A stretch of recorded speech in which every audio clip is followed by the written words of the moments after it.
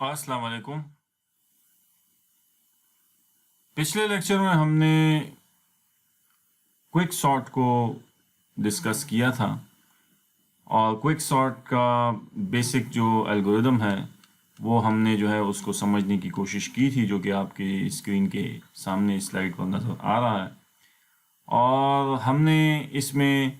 जो मेन बातें की थी उसको रिकैप अगर जल्दी कर लें तो उसमें एक हमारा रैंडम नंबर जनरल से हम एक इंडेक्स जनरेट कर रहे थे। फिर उस इंडेक्स पे जो वैल्यू होती थी उसको पहले इंडेक्स से या आखिरी इंडेक्स से स्वैप कर देते थे। फिर हम जो वो वैल्यू पहले इंडेक्स पे आके बैठती थी उसके अगेंस्ट पार्टीशन करते थे। और पार्टीशन का एल्गोरिथम मैंने बहुत डिटेल में एक्सप्लेन किया था कि वो क्या करता है कि वो जो एलिमेंट जो फर्स्ट इंडेक्स पे आता है उसकी वैल्यू के अगेंस्ट पार्टीशनिंग इस एरे में करता है। यानी उससे जो बड़े होते हैं वो उससे राइट पे सारे चले जाते हैं एलिमेंट्स, और जो छोटे या बराबर होते हैं उससे वो सारे उसके लेफ्ट पे चले जाते हैं। तो उस नंबर के अगेंस्ट इस एरे में पार्टीशन पूरी हो जाती है। फिर उसके बाद हमने दो रिकर्सिव कॉल्स देखी थी कि फिर हम बकिया जो लिस्ट है उसको दो हिस्सों में तकसीम करते हैं। आज हम इस पे बात करेंगे कि वो दो हिस्से बराबर होते हैं नहीं बराबर होते तो क्या होता है। फिर ये सारी चीज़ें आज की डिस्कशन में हमारी आएंगी और फिर साथ ही साथ उसका जो है एनालिसिस जो है आज हम उसको पूरा करने की कोशिश करेंगे। तो बहरहाल ये आपका क्विक सॉर्ट का बेसिक एल्गोरिदम था। फिर मैंने ये एक एग्जांपल पार्टीशन की आपको करवाई थी, उसमें सारा पार्टीशन का एल्गोरिदम एक्सप्लेन किया था। और फिर एक ये वर्किंग एग्जांपल हमने की थी लास्ट टाइम, और इसके फिर नतीजे में हम इस स्लाइड पे पहुंचे थे और हमने ये कंक्लूड किया था कि बैक एंड पे पिवट्स की बाइनरी सर्च ट्री बनती है। और वो बाइनरी सर्च ट्री हमने कहा था कि अगर तो वर्स्ट केस होगा तो वो बदकिस्मती हमारी होगी, जो कि हमने कहा था होता नहीं है। अगर रैंडम नंबर जनरेटर आपने लगाया है तो उसको जो है ना रैंडमली जो है अनबायस होके जो है उसने जो ना क्यू की वैल्यू जो है वो चूज़ की होगी, और वो जो है उससे फिर हम जब स्वैपिंग करेंगे उस डाटा की तो उम्मीद यही है कि वो डाटा जो है वो उस पिवट पोजीशन पे या जिसके अगेंस्ट पार्टीशनिंग करनी है उससे सारा बड़ा नहीं होगा या उससे सारी वैल्यूज़ बकिया छोटी नहीं होंगी। लेकिन ये है कि हमने कहा था चूंकि for the sake of analysis हमने ये दोनों काम, यानी हमने वर्स्ट केस सिनेरियो भी ज़हन में रखना है कि एक चांस हो सकता है कि शायद वर्स्ट केस में सारा डाटा जो है वो जो आपकी जो सेंटर में पार्टीशन हुई है जिसके अगेंस्ट जिस वैल्यू के अगेंस्ट वो सब उसके राइट पे चला जाए या सब उसके लेफ्ट पे चला जाए। बाद उस पर बात करते हैं। और फिर हमने कहा था कि बेस्ट केस ये होगा या आइडियल सिचुएशन ये होगी कि आपकी दोनों तरफ जो आइटम जिसके अगेंस्ट पार्टीशनिंग की है उसके दोनों तरफ जो है डाटा आइटम सेम चले जाएं, यानी तकरीबन आधे इस तरफ चले जाएं आधे दूसरी तरफ चले जाएं और एक एलिमेंट ये जो खुद है ये दरमियान में रह जाए। तो वो उस सूरत में अगर हम फिर बैक एंड पे ये ट्री देखेंगे तो वो टोटली हमने बात की थी लास्ट टाइम यहाँ पे कि फिर ये फुली बैलेंस बनेगी ये ट्री, ये जो नज़र आ रही है पिवट्स की आपको नीचे ये वाली। तो अगर बैलेंस बनेगी तो फिर वो कंप्लीट बाइनरी ट्री भी होगी, यानी कंप्लीट बाइनरी ट्री का मतलब है CBT होगी। और अगर CBT होगी तो फिर उसमें जनाब उसकी प्रोसेसिंग तेज़ हो जाएगी क्योंकि number of levels are less. ठीक है ना जी। और ये सारी डिस्कशन हम कर चुके हैं कि जब नंबर ऑफ ट्री में लेवल्स कम होंगे तो उसमें सर्चिंग जो है तेज़ हो जाती है और बैक एंड पे लेवल्स कम होते हैं। मर्ज सॉर्ट में ये सारी डिबेट हम कर चुके हैं।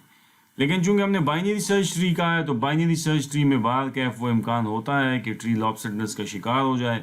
यानी कि आपके बदकिस्मती से पिवट ऐसे चुने जाएं तो फिर आपकी रिकर्सिव कॉपीज़ बहुत ज़्यादा बनेंगी, यानी ट्री में लेवल बहुत ज़्यादा बनेंगे। हमने कहा था कि अगर ये ट्री फुली बैलेंस होगी तो हम अपना मर्ज सॉर्ट के नॉलेज से हम कह सकते हैं कि फुली बैलेंस में फिर log ऑफ n तकरीबन लेवल्स होते हैं। ठीक है ना जी। लेकिन अगर वर्स्ट केस सिनेरियो ज़हन में लाएं तो फिर तो बदतरीन सूरत में एक पिवट सेलेक्ट होगा, उसकी वैल्यू होगी, उससे सारी बड़ी होंगी तो राइट पे ट्री चली जाएगी, छोटी होंगी तो लेफ्ट पे चली जाएंगी। तो उस सूरत में बदतरीन सूरत में n ही एलिमेंट्स होंगे और फिर n ही जो है ना लेवल्स होंगे सारी ट्री में। ठीक है ना जी। वो बदतरीन सूरत होगी। क्लियर हो गया ये। तो ये मामला अब हम लेके चलते हैं और इसकी बुनियाद पे एनालिसिस शुरू करते हैं। तो एनालिसिस ऑफ क्विक सॉर्ट जब शुरू हम करते हैं तो वो कहता है कि the running time of quick sort depends heavily on the selection of the pivot. अभी जो मैंने बात की कि पिवट अगर आपने आइडियली चूज़ किया हुआ है तो या खुशकिस्मती से आपका एक ऐसी वैल्यू को वो लेता है कि जिससे सारी वैल्यूज़, आधी वैल्यूज़ बड़ी हैं और आधी तकरीबन छोटी हैं, तो फिर तो बहुत अच्छी बात है। सो इफ़ द रैंक, वो कहता है, या index value of the pivot is very large और वेरी स्मॉल, ठीक है ना जी, तो देन द पार्टीशन यानी BST विल बी अनबैलेंस्ड। ये जो भी मैंने बात की है बैक एंड पे, उस सूरत में तो फिर BST टोटली अनबैलेंस होगी, और जब अनबैलेंस होगी तो उस सूरत में फिर वर्स्ट केस सिनेरियो अकर होगा, और वर्स्ट केस सिनेरियो जब अकर होगा तो वो कहता है नीचे सब पॉइंट में कि वर्स्ट केस में the however the running time is suppose to be, जो हमारा ज़ेन कहता है वो ऑर्डर n स्क्वायर होता है, लेकिन वो कहता है luckily this happens rarely. Why? क्योंकि वो हमने जो रैंडम नंबर जनरेटर लगाया है जो मुझे वो इंडेक्स जनरेट करके रैंडमली देता है, तो उसमें इस चीज़ का इम्कान बहुत कम है कि वो एक बायसनेस क्रिएट करेगा डाटा के अंदर, और जनाब सारा डाटा या इस तरफ को चला जाएगा पिवट के, या वो लेफ्ट पे या राइट पे चला जाएगा, ठीक है ना जी। तो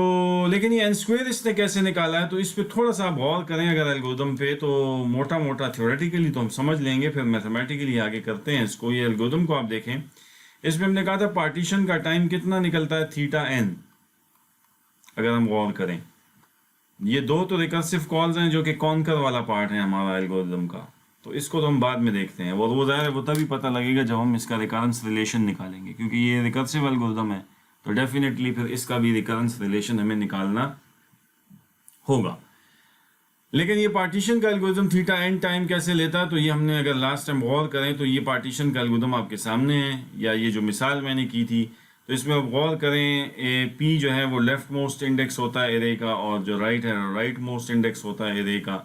और आपकी एक ही लूप है इस पूरे एल्गोरिदम में जो कि यहाँ से हमने चलाई थी, और इसमें अगर आप देखें तो P+1 यानी एक आगे से लेके R तक चलता है, तो ये पूरे तकरीबन n ऑपरेशंस इसमें होंगी, n-1 होंगी स्पेसिफिकली, या n-2 होंगी स्पेसिफिकली, लेकिन हम कहेंगे ये कि ऑर्डर में अगर बात करेंगे तो ये algorithm order of n time लेगा।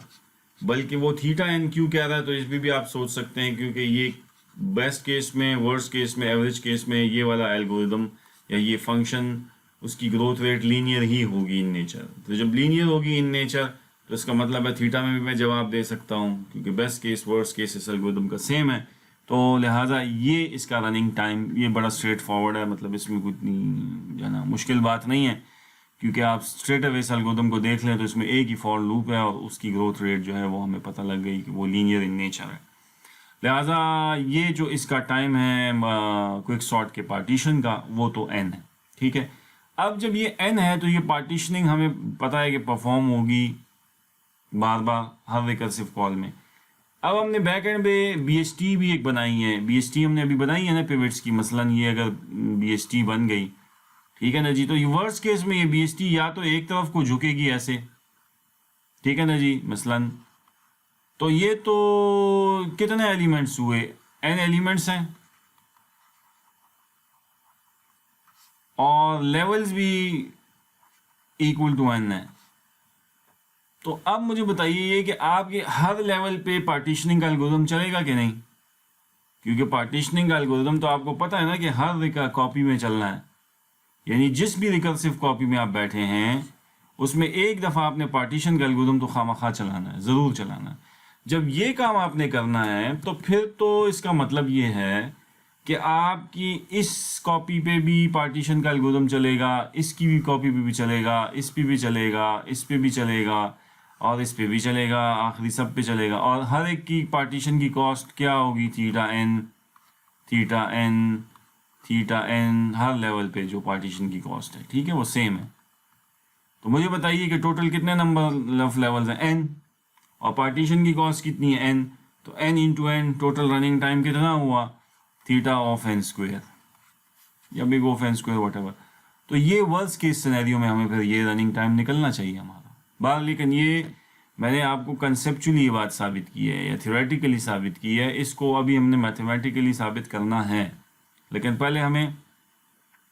हम अपने रनिंग टाइम तक कंसेप्चुअली तो पहुंचे ना, यानी एल्गोरिदम्स की या कंप्यूटर साइंस का जो हमारा नॉलेज है, जो हमने बैक एंड पे ट्री बनाई है और बैक एंड पे क्या होता है, बीएसटी जनरेट होती है, रिकर्सिव कॉपीज बनती हैं, यानी ये सारी डिबेट या डिस्कशन हम मैथमेटिशियन को तो नहीं समझा सकते।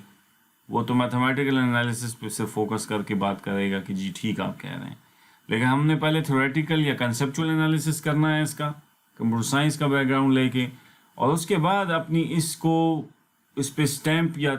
मोहर साबित करनी है, लगवानी है मैथमेटिकल प्रूफ के ज़रिए से कि हम जी बात ठीक कर रहे हैं, मैथमेटिकली भी बात ऐसी है। तो अब वो तो मैं बाद में बताऊंगा आपको जब हम अभी आज ये इसका जो है प्रूफ करेंगे। ठीक है जी, तो ये तो वर्स्ट केस हुआ। अब आ जाए जी उसके बेस्ट केस पे। तो बेस्ट केस में या बेस्ट केस से हम ज़्यादा कहते हैं कि एवरेज केस, क्योंकि एवरेज केस में या एक्सपेक्टेड रनिंग टाइम भी जिसको हम कहते हैं कि एवरेज केस रनिंग टाइम आप कह लें कि मोस्ट प्रोबेबली जो इसका रनिंग टाइम है वो ये होगा, इसके लगभग होगा। अच्छा, ये क्यों होगा? तो ये भी मेरा ख्याल है आपको अब समझ आती है, क्योंकि अगर मैं यही एन एलिमेंट्स हैं और आपकी खुशकिस्मती है बहुत कि आपकी जो है ना वो ट्री जो है ना वो उसमें जो है ना सारे नोड्स पिवट्स बड़े बैलेंस किस्म के सेलेक्ट होते हैं, तो आपकी हर लेवल पे जो है ना बैलेंसिंग हो रही है, बराबर बराबर एलिमेंट्स लेफ़्ट राइट पे जा रहे हैं, और अगर ये काम आपके हर लेवल पे हो रहा है, ठीक है ना जी, बात समझ आ रही है। तो अब इसमें कितने नंबर ऑफ़ लेवल्स हैं? ये बिल्कुल वो मर्ज सॉर्ट की तरह log of n number of levels हैं, और हर एक लेवल की कॉस्ट कितनी है, पार्टीशन का एल्गोरिथम चलेगा ना, तो हर एक जितने लेवल्स हैं हर एक कॉपी में जनाब, और theta n theta n theta n,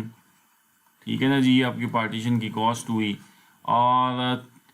theta N partition की कॉस्ट हुई। नंबर ऑफ लेवल्स कितने हैं, तो टोटल रनिंग टाइम कितना निकला, एन लॉग ऑफ एन, यानी सीधा है लेफ्ट इनटू राइट, यानी एरिया ऑफ द स्क्वायर या एरिया ऑफ रेक्टेंगल आप निकालते हैं तो क्या करते हैं कि दिस मल्टीप्लाई बाय दिस। तो ये मर्ज सॉर्ट में हमने डिबेट की थी कि इस हर एक लेवल की कॉस्ट कितनी है, यानी उस पर ख़र्चा कितना आता है, हर लेवल पे ख़र्चा आता है आपका थीटा एन, पार्टीशन का ख़र्चा, ठीक है ना जी। लेकिन वो पार्टीशन की बुनियाद पे आपका डाटा दो हिस्सों में तकसीम हो जाता है बराबर, यानी जब आपने इस पे एक दफ़ा पार्टीशन चलाया तो उसने आपको इन दो हिस्सों में इसको तकसीम करके दे दिया, इसमें भी और साथ ही साथ में इसमें भी। तो एक पार्टीशन के ख़र्चे में आपको ये बराबर दो लिस्टें मिल गई, बात समझ आ रही है। तो ये इस तरह से आपकी चलती गई, और फिर आपके लॉग ऑफ एन लेवल्स हैं, तो एक्सपेक्टेड टाइम तो फिर इसका ये निकलता है, या जिसे हम कह सकते हैं average case running time of the quick sort is going to be big of N log of n. अच्छा, अब ये दोनों बातें कंसेप्चुअली 30 के समझने के बाद अब हम आते हैं इसका मैथमेटिकल प्रूफ कि भाई कैसे हम कहें कि ये जनाब हमारा जो है ना रनिंग टाइम इसका ये है, इसका मैथमेटिकल प्रूफ क्या है। तो पहले आते हैं वर्स्ट केस पे, क्योंकि वर्स्ट केस का जो है ना साबित करना हमारे लिए ज़रा आसान होगा मैथमेटिकली, और उसको में थोड़ा सा जो है ना पेचीदगी है, तो उसको हम ज़रा पोस्टपोन करते हैं एंड में। अच्छा जी, अब आ जाए वर्स्ट केस में। तो अब आप पढ़ें, वो कहता है let's begin by considering the worst case performance because it is easier than average case, and since this is a recursive program it is natural to use the recurrence to describe its running time। तो अभी तक हमने recurrence relation इसका नहीं निकाला, कहता है पहले वो तो निकालो ना, ज़्यादा ना। आप मैथमेटिशियंस को समझाना है तो आपने recurrence फिर वो पूरी इक्वेशनें बनानी होंगी, फिर उस इक्वेशनों को 3 तरीक़ों से साबित करना होगा, और उस 3 तरीक़ों में जो हमने सब्स्टिट्यूशन मेथड पढ़ा था आज, उसमें एक मैंने कहा था आपको कि एक इटरेशन मेथड भी होता है। तो आज हम इसमें बाय चांस उस इटरेशन मेथड को भी देख लेंगे। इटरेशन से आप समझ जाएंगे कि अटरेट करना, जैसे हम लूप पर से अटरेट करते हैं, एक एक वैल्यू उसमें आई की बढ़ती जाती है और वो लूप चलती है, तो इधर भी हम जो है ना वो अपनी सीरीज़ को या इक्वेशन को एक्सपैंड करेंगे विद स्मॉलर साइजेस इनपुट, तो उससे एक फिर हमें एक जवाब मिल जाएगा एंड में कि भाई ये सीरीज़ किस तरफ को जा रही है, ये सीरीज़ का जो है ना ग्रोथ रेट क्या है, वो हमें एंड में खुद ब खुद समझ आ जाएगी। तो this is a kind of an iteration method जो हम आज देखेंगे। लेकिन वो बात ये करता है जो हमने इशारा भी अभी किया कि बट अनलाइक मर्ज सॉर्ट में तो काम आसान था, where we had a control over the sizes of the recursive calls, here we don't. Merge sort में क्या था, थोड़ा सा याद करें। मर्ज सॉर्ट में आपके अगर इधर n एलिमेंट्स थे तो एग्जैक्टली आधे इधर भेजते थे, आधे इधर भेजते थे। आप याद करें, इसका एल्गोरिथम देखें, उधर वहाँ रिकर्सिव कॉल्स जाके चेक करें, तो आधे आधे एलिमेंट्स आपके दोनों लिस्टों में बराबर जाते थे। यहाँ तो ऐसा नहीं है, यहाँ तो हमने कहा है कि एलिमेंट अगर 50 एलिमेंट है तो मे बी के 20 एलिमेंट इस तरफ जाएं, 30 उधर चले जाएं, फिर अगली कॉल में 30 में से 5 इधर चले जाएं, 25 उधर चले जाएं, क्योंकि ये तो डिपेंड करेगा ना nature of the pivot value पे, यानी जिस वैल्यू के अगेंस्ट पार्टीशनिंग कर रहे हैं वो कितनी बड़ी कितनी छोटी है। तो इधर वो कहता है कि एज सच हमारे पास उस तरह से कंट्रोल नहीं है डाटा के ऊपर, यानी डाटा की डिवीजन के ऊपर कंट्रोल नहीं है कि सब प्रॉब्लम का साइज अगली रिकर्सिव कॉल में कितना होगा। ये एग्जैक्टली हम यहाँ पे जो है ना हमें इसका जो है ना इल्म नहीं मिल सकता। तो फिर करेंगे क्या, फिर एनालिसिस कैसे करेंगे वो तो अभी हम देखते हैं। सो वो कहता है कि it depends on how the pivot is chosen, जो मैंने अभी बात की, पिवट वैल्यू पे ही बात डिपेंडेंट है। और वो कहता है कि suppose that we are sorting an array of size n, ठीक है ना, a से 1 से लेके n तक, and further suppose that the pivot that we select of rank q, वो q वैल्यू qth इंडेक्स पे हमने कहा था ना कि वो वैल्यू पड़ी है, for some q in the range 1 of n। तो हमने कहा था ना कि अगर आपको याद हो कि अगर 1 से n तक एलिमेंट्स हैं, ये फर्स्ट इंडेक्स है, ये nth है, तो q इंडेक्स पे कोई वैल्यू होगी जो इससे इधर जो होंगी सारी ग्रेटर और इक्वल होंगी और इससे लेफ्ट पे लेस और इक्वल होंगी, और ये अपनी जगह पे पार्टीशन के बाद सेट होके बैठ जाएगा इधर जो भी वैल्यू होगी। तो रेंज q की क्या होगी, वो भी 1 से n, यानी वो इस इंडेक्स के दरमियान ही कहीं q की वैल्यू लाया करेगी ना। तो वो ये कह रहा है आपको। अच्छा, ये भी मैंने अभी बात कर दी कि it takes theta n time to partitioning to do the partitioning. Partition algorithm पे मैंने अभी जो बात की कि उसमें एक ही वो फॉर लूप है और उसमें उतनी कोई मुश्किल चीज़ नहीं है कोई जिसके ऊपर हमें समझना है। उसका एनालिसिस बड़ा स्ट्रेट फॉरवर्ड सिंपल है, क्योंकि वो तो इटरेटिव या कह सकते हैं आप नॉन रिकर्सिव एल्गोरिथम है, तो उसका रनिंग टाइम जो है निकालना हमारे लिए कोई इशू नहीं है। But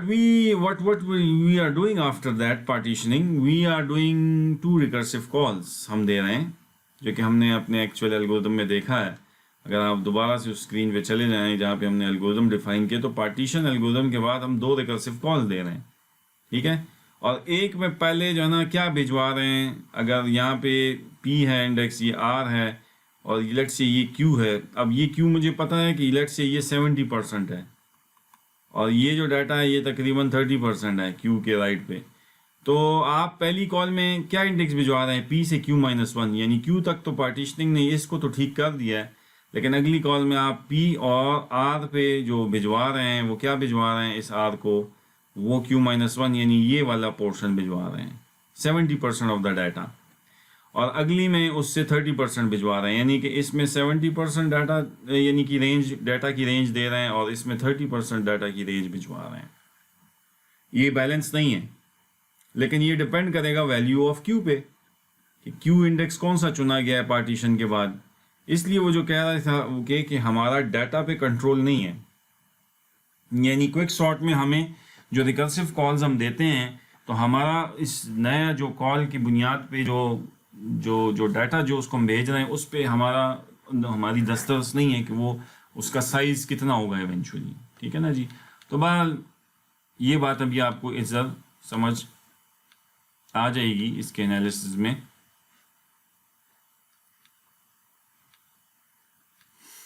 अच्छा,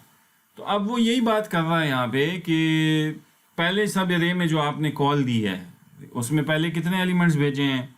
यानी उसकी रेंज क्या दी है 1 से q-1 तक, विच हैज़ q-1 एलिमेंट्स। ज़ाहिर है अगर q इंडेक्स 6 पे खड़ा है तो आपने इसका मतलब है पहले 5 एलिमेंट्स भेजे हैं इस कॉल में, रेंज 1 से लेके q-1 तक इंडेक्स की जो रेंज है। और दूसरी कॉल में आपने सब एरे q+1, q तो छोड़ दिया आपने ना, क्योंकि qth एलिमेंट तो सेट हो चुका है पार्टीशन एल्गोरिथम के नतीजे में। अब q+1 से लेके n तक जो आपने वो आपने अगली कॉल में भेजे हैं, जो कि कहता है टोटल के n-q एलिमेंट्स बनते हैं। तो फिर हमें कहता है रिकरेंस ये मिलेगी उससे। अच्छा, ये कैसे मिलेगी, देखें अगर मैं आपको थोड़ा सा इधर ही इसी स्लाइड पे एक्सप्लेन करूं कि अगर, तो मुझे बताइए ये कि अगर ये एरे है और आपके ये p एलिमेंट्स हैं और ये आपका qth इंडेक्स है जो कि पिवट सेलेक्ट हुआ है, पार्टीशन एल्गोरिदम ने इसको ठीक कर दिया अपनी जगह पे, और ये आ रहा है। और ये टोटल कितने एलिमेंट्स हैं? ये टोटल n एलिमेंट्स हैं। अच्छा, ये कितने एलिमेंट्स हैं? ये टोटल यहाँ से लेके जो हैं आपके यहाँ तक, ये आपके हैं q-1 एलिमेंट्स, ये qth एलिमेंट है। तो बाकी ये कितने रह गए? तो ये उसने कहा कि आप टोटल आपके n है, ठीक है, टोटल में सारे आ गए, और इसमें से ये पहले q एलिमेंट्स आप निकाल लें, इस तरफ वाले ये सारे, तो पीछे ये कितने बच गए? n-q। टोटल n में से पहले q निकाल लें तो बकिया यही एलिमेंट्स बच गए ना, n-q। तो जो दूसरा जो रिकर्सिव कॉल है उसमें आप कितने एलिमेंट्स की रेंज भेज रहे हैं? n-q। तो उसकी साइज की जगह उसने देखे रिकरेंस रिलेशन जो निकाला है उसमें n-q लिखा है। और जो पहली कॉल आप दे रहे हैं रिकर्सिव कॉल, उसमें कितने रेंज भेज रहे हैं एलिमेंट्स की? q-1 एलिमेंट्स पहले वाले, तो उसमें उसने q-1 लिखा है। और ये प्लस n इसने क्यों लिखा है? ये वो पार्टीशनिंग एल्गोरिदम का टाइम है, पार्टीशनिंग एल्गोरिदम का टाइम है। इसके मुकाबले में आप मुझे बताइए, आपकी जो मर्ज सॉर्ट का रिकरेंस था वो क्या था? t = tn/2 plus tn/2 plus n था कि नहीं? जो tn/2 प्लस tn/2 से आपने बना दिया था 2tn/2, ठीक है। लेकिन अलग-अलग अगर मैं लिखूं तो पहली रिकर्सिव कॉल इसके मुकाबले में ये थी, इसके मुकाबले में ये थी, और वहाँ पे मर्ज का एल्गोरिदम था जो कि आपका थीटा एन टाइम लेता था, और यहाँ पे उसके मुकाबले में पार्टीशन का एल्गोरिदम है जो कि आपका थीटा एन टाइम ले रहा है, तो उसकी जगह ये एन मैंने लिख दिया। तो मैं आपके सामने से वो जो है ना मर्ज सॉर्ट और क्विक सॉर्ट का जो है ना कि रिकरेंस रिलेशंस में जो मुमासलत है, सिमिलैरिटी है, उससे एक्सप्लेन करने की कोशिश कर रहा हूँ, ठीक है। तो अब जो है आप उधर तो साइज आपको पता था n/2 है, यहाँ आपको पता नहीं है, इसलिए यहाँ आप इन टर्म्स ऑफ q बात कर रहे हैं कि भाई पहले q-1 एलिमेंट्स जो हैं वो एक कॉल में जाएंगे, यानी उसकी रेंज जो इंडेक्स की है, और q+1 से लेके n तक ये जो ना अगली रिकर्सिव कॉल की रेंज बनेगी डेटा की, फिर उससे अगली कॉल्स ऐसे चलती जाएंगी, और हर एक जो लेवल है या हर एक फंक्शन की कॉपी में 2 कॉल्स के साथ साथ क्या है, एक दफ़ा जो रनिंग टाइम है उसका वो कितना निकल रहा है पार्टीशन का, वो थीटा एन। तो अब जब ये मैंने लिख दिया, तो अब इस किस्म के रिकरेंस को अब हम देखते हैं कि कैसे सॉल्व करते हैं। मर्ज सॉर्ट का तो हमने बड़ा स्ट्रेट फॉरवर्ड कर लिया था, लेकिन यहाँ पे इन टर्म्स ऑफ एन ये यहाँ पे चीज़ नहीं आ रही, यहाँ पे सिर्फ यहाँ पे एक एन आ रहा है, उससे कुछ घट रहा है। तो ये रिकरेंस रिलेशन की तारीफ तो मीट करता है कि it's an equation an equality which repeats itself with smaller input size. तो ये बात यहाँ नज़र आ रही है, यहाँ भी कुछ q-1 कुछ घट ही रहा है। लेकिन अब ये कि इस तरह की रिकरेंस को के साथ डील कैसे किया जाए, कैसे अपने उस टाइम तक पहुंचा जाए जो हमने कंसेप्चुअली या वर्स्ट केस में प्रूव किया है कि वो it should be big of n square, या एवरेज केस में हमने प्रूव किया है कि it should be big of N log of N. तो ये कैसे प्रूव किया जाए, अब सारा लेक्चर हमारा इस पे लगेगा, सारा टाइम अब हमने इस पे लगाना है कि how to solve this kind of a recurrence relation to reach to our theoretical knowledge या conceptual knowledge या conceptual proof which we have already proved that, यानी हमने उसको प्रूव करके आ चुके हैं कि हम समझ चुके हैं कि ये कैसे होगा। तो बहरहाल अब उस पर देखते हैं।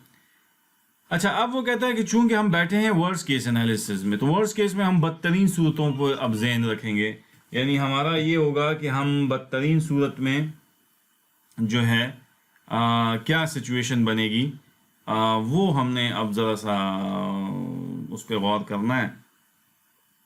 कि वो इस रिकरेंस पे उसका क्या असर पड़ेगा, ठीक है ना जी। तो अब ज़रा वो कहता है कि अगर तो मुझे वर्स्ट केस इस रिकरेंस का निकालना है, इससे नहीं मैक्सिमम टाइम निकालना है बदतरीन सूरत वाला, तो कहता है इसको मुझे इस राइट साइड को मैक्सिमाइज करना होगा किसी तरह,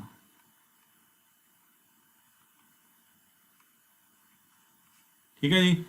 इसको मुझे क्या करना होगा, मैक्सिमाइज करना होगा, तो तभी तो वर्स्ट केस निकलेगा ना। वर्स्ट केस में तो हमने बदतरीन सूरत में ज़्यादा से ज़्यादा लाइनों को चलाना होता है। इन अदर वर्ड्स कि इस रिकरेंस की राइट साइड को मुझे मैक्सिमम इससे वैल्यूज़ निकालने की कोशिश करनी है, वही इसका वर्स्ट केस होगा। तो उसको इन अदर वर्ड्स मैथमेटिकली मैं कैसे कह सकता हूँ कि मैंने वही रिकरेंस लिखा है t of N is equal to, ठीक है ना जी, इज इक्वल टू दिस, ये वही रिकरेंस है,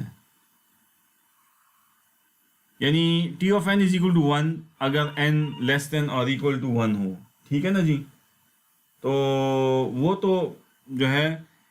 वो तो हमने यहाँ पे देख लिया कि अगर तो टी वन 1 है तो ये this should be less than और इक्वल टू 1, ठीक है, यानी लेस देन और इक्वल टू 1 के लिए तो कांस्टेंट टाइम लगेगा ना। अगर n की वैल्यू यानी मिसाल मेरे एल्गोरिथम में 1 है या इस 0 है या लेस है तो वो तो constant time t of 1 is equal to 1 ही लगेगा, ये तो वो बात है। लेकिन अगर तो आपका रनिंग टाइम यानी आपका n जो है वो इससे बढ़ता है अदरवाइज इनसे वैल्यूज से, तो फिर इसका रिकरेंस रिलेशन निकलेगा t of N is equal to this, ये जो हमने पीछे रिकरेंस रिलेशन निकाला है और वो मैंने आपको बता दिया कि कैसे निकाला है, आपकी ये जो 2 रिकर्सिव कॉल्स हैं उससे ये निकला है अलग-अलग हर एक की रेंज अपने डाटा की, और साथ में पार्टीशन का टाइम ये है, ठीक है ना जी। तो जब ये आपने निकाल लिया है तो अब हम आ जाते हैं कि इसको मैक्सिमाइज करना है, तो वो कहता है इस पे मैंने एक मैक्स का फंक्शन बाहर लगा दिया कि क्यू की किस वैल्यू के लिए ये रिकरेंस की ये इक्वेशन जो है ना मैक्सिमम टाइम देती है, यानी चूंकि क्यू तो डाटा पे डिपेंड करेगा, यानी रैंडम नंबर जनरेटर से वो वैल्यू आएगी, वो स्वैप होगी, फिर पार्टीशन एल्गोरिथम जो है ना वो क्यू इंडेक्स पर उसको ला के रखेगा, वो स्वैपिंग कर करके सब कुछ। तो ये चीज़ें मुझे एडवांस में तो पता नहीं है, लेकिन मैं कहता हूँ यार ऐसा है ना, हम तो मैथमेटिकल एनालिसिस करने जा रहे हैं, तो बस आप ऐसा करें ना, आप वो ज़हन में वैल्यू को ये क्यू की ले आए जिसमें बदतरीन सूरत अका होती है, वो जो मैंने अभी बताई है आपको कि जिसमें BHT फिर बैलेंस नहीं रहती, वो एक तरफ को झुकना शुरू हो जाती है। लेकिन वो किस क्यू के लिए वैल्यू होती है ये मैं नहीं इसलिए कह सकता कि मुझे डाटा नहीं पता। तो वो कहता है कि उसका हल ये है ना कि बस ठीक है मैक्स का फंक्शन लगा लो। हम मैथ्स में भी करते हैं ना, हम बल्कि ये C++ वगैरह में भी हमारे बिल्ट इन फंक्शन नहीं होते जिसके हम कहते हैं हम उसको कि आपको मैं एक एरे पास करके देंगे और एरे के ऊपर हम मैक्स का फंक्शन लगा देते हैं, लेट्स से। तो बस वो इस एरे में जो भी डाटा जो मैक्सिमम वैल्यू होगी वो ला के सी में स्टोर कर देगा निकाल के, क्योंकि ये फंक्शन ये करता है। तो हम भी वहां पे अब यही कहना चाह रहे हैं कि हम इस रिकरेंस रिलेशन पे मैक्स का फंक्शन लगा रहे हैं, और अगर वो 1 से n तक जो है वो आपका जो है क्यू की 1 से n तक की क्योंकि उसकी रेंज होगी, तो 1 से n तक की जो भी क्यू की रेंज है कि उसके अंदर जो भी क्यू की मैक्स क्यू की जिस वैल्यू के लिए भी ये रिकरेंस सबसे मैक्सिमम वैल्यू देता है, बस वो मैं वर्स्ट केस में एनालिसिस बन जाएगा, ठीक है। तो अब वो कोशिश करते हैं कि वो क्यू की वैल्यू है क्या या कैसे निकालेंगे, अब आगे हम उसकी बात करते हैं। तो वो कहता ये है कि recurrence that have maxes and mins embedded in them are very messy to solve। ये बड़ा मुश्किल काम है क्योंकि ये इतना आसान नहीं है कि हम इसको जो है ईजीली बस देख लिख के बता दें कि जी क्यू की इस वैल्यू के लिए हमेशा ऐसे होगा, नहीं, ये एक ट्रिकी मैटर है, डाटा पे डिपेंडेंट है, फिर रैंडम नंबर जनरेटर पे डिपेंडेंट है, हमें पता नहीं है कि क्या होगा। And determining which value of Q gives the maximum, तो ये एक मैसी का टास्क है, ठीक है। अब वो कहता है कि रूल ऑफ थंब फिर क्या है, हम क्या करें। वो कहता है कि तुम ऐसा करो ना, रूल ऑफ थंब ये बनाओ कि worst case tends to happen कब होगा, आइदर एट एक्सट्रीम्स, या तो क्यू की 1 वैल्यू के लिए या n वैल्यू के लिए, ये जो क्यू की हमेशा 1 आए या हमेशा n आए, ये एक्सट्रीम वैल्यूज हैं, इसके लिए या वर्स्ट केस अकर होगा, और या वो कहता है कि शायद q is equal to n/2 बाद सूरतों में हम लें आधी वैल्यू क्यू के जूम करें, तो उससे जना हमें पता लगेगा कि जनाब क्या होगा, वर्स्ट केस अगर होगा। तो अब वो कहता है कि हमारे इस एल्गोरिथम में अगर आप जरा सा थोड़ा सा इस रिकरेंस पे गौर करें, अगर q हम n/2 लें तो n/2 तो मुझे समझ आ गई है कि q n/2 का तो मतलब बेस्ट केस है जो अभी हमने थ्योरेटिकली डिस्कस किया है। q n/2 का तो मतलब ये होगा कि अगर 8 एलिमेंट्स हैं तो q n/2 का मतलब है 4 पे खड़ा होगा, तो इसका मतलब है कि आपके 4 एलिमेंट इधर बराबर चले गए, 4 इधर चले गए, फिर अगली दफ़ा फिर n/2 लेंगे तो 4 में 2 इधर उधर चले गए, तो वो तो नहीं है, क्योंकि वो हमें समझ आ रही है कि qn/2 इस केस में एटलीस्ट नहीं हो सकता इस एल्गोरिदम में। शायद किसी दूसरे एल्गोरिदम में, क्योंकि ये तो रूल ऑफ थंब डिसाइड कह रहा है ना, ये तो कोई क्विक सॉर्ट की बात अब नहीं कर रहा, जेनेरिक रूल बता रहा है कि जहाँ पे हमें इस तरह के सिचुएशन का सामना पड़ जाए और हमें समझ ना आ रही हो कि किस वैल्यू के लिए ये मैक्सिमम देगा, तो फिर एक है ना कि हम तुक्का लगाएंगे एक एक्सट्रीम का कि Q1 हमेशा लेना शुरू कर दें, या Qn हमेशा लेना शुरू कर दें, या Q मिड वाला लेना शुरू कर दें, और फिर हम देखें कि इसमें सबसे ज़्यादा टाइम किसका लगा है। तो अगर मिड पे लग रहा है तो इसका मतलब है कि मिड के आसपास भी ज़्यादा लगेगा, और अगर एंड्स पे ज़्यादा लग रहा है तो इसका मतलब है फिर हमेशा हमें एक्सट्रीम पोजीशंस जो हैं एंड वाली दो, इनको देखना होगा। लेकिन अब तक जो हमारा कंसेप्चुअल नॉलेज है उससे हमें ये समझ आ रही है कि हमारा वर्स्ट केस एक्सट्रीम पोजीशंस पे ही होगा,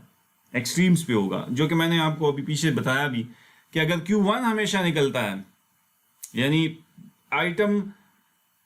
ऐसा स्वैपिंग वो सबसे सेट होता है जिसके अगेंस्ट पार्टीशनिंग होती है कि वो उससे सारी वैल्यूज बड़ी आना शुरू हो जाती हैं, तो वो Q1 पे और उसके सारे राइट पे चले जाता है डाटा। या वो जो मिसाल मैंने ये आपको की थी उसमें उसने क्या किया था कि उसने ये 10 अगर है, यानी इसमें कोई ऐसी वैल्यू हो, लेट से इसमें सबसे बड़ी वैल्यू लेट से 17 है, और वो आके यहाँ बैठ जाती है 10 की जगह, तो सारा डाटा इधर रह जाता। लेकिन उस सूरत में फिर Qn होता इज इक्वल टू, यानी इस अगर इधर आके बैठ जाता है ये 17 आपका जो ना ये इधर आके बैठ जाता है, तो उस सूरत में Q आपका n होता ना, क्योंकि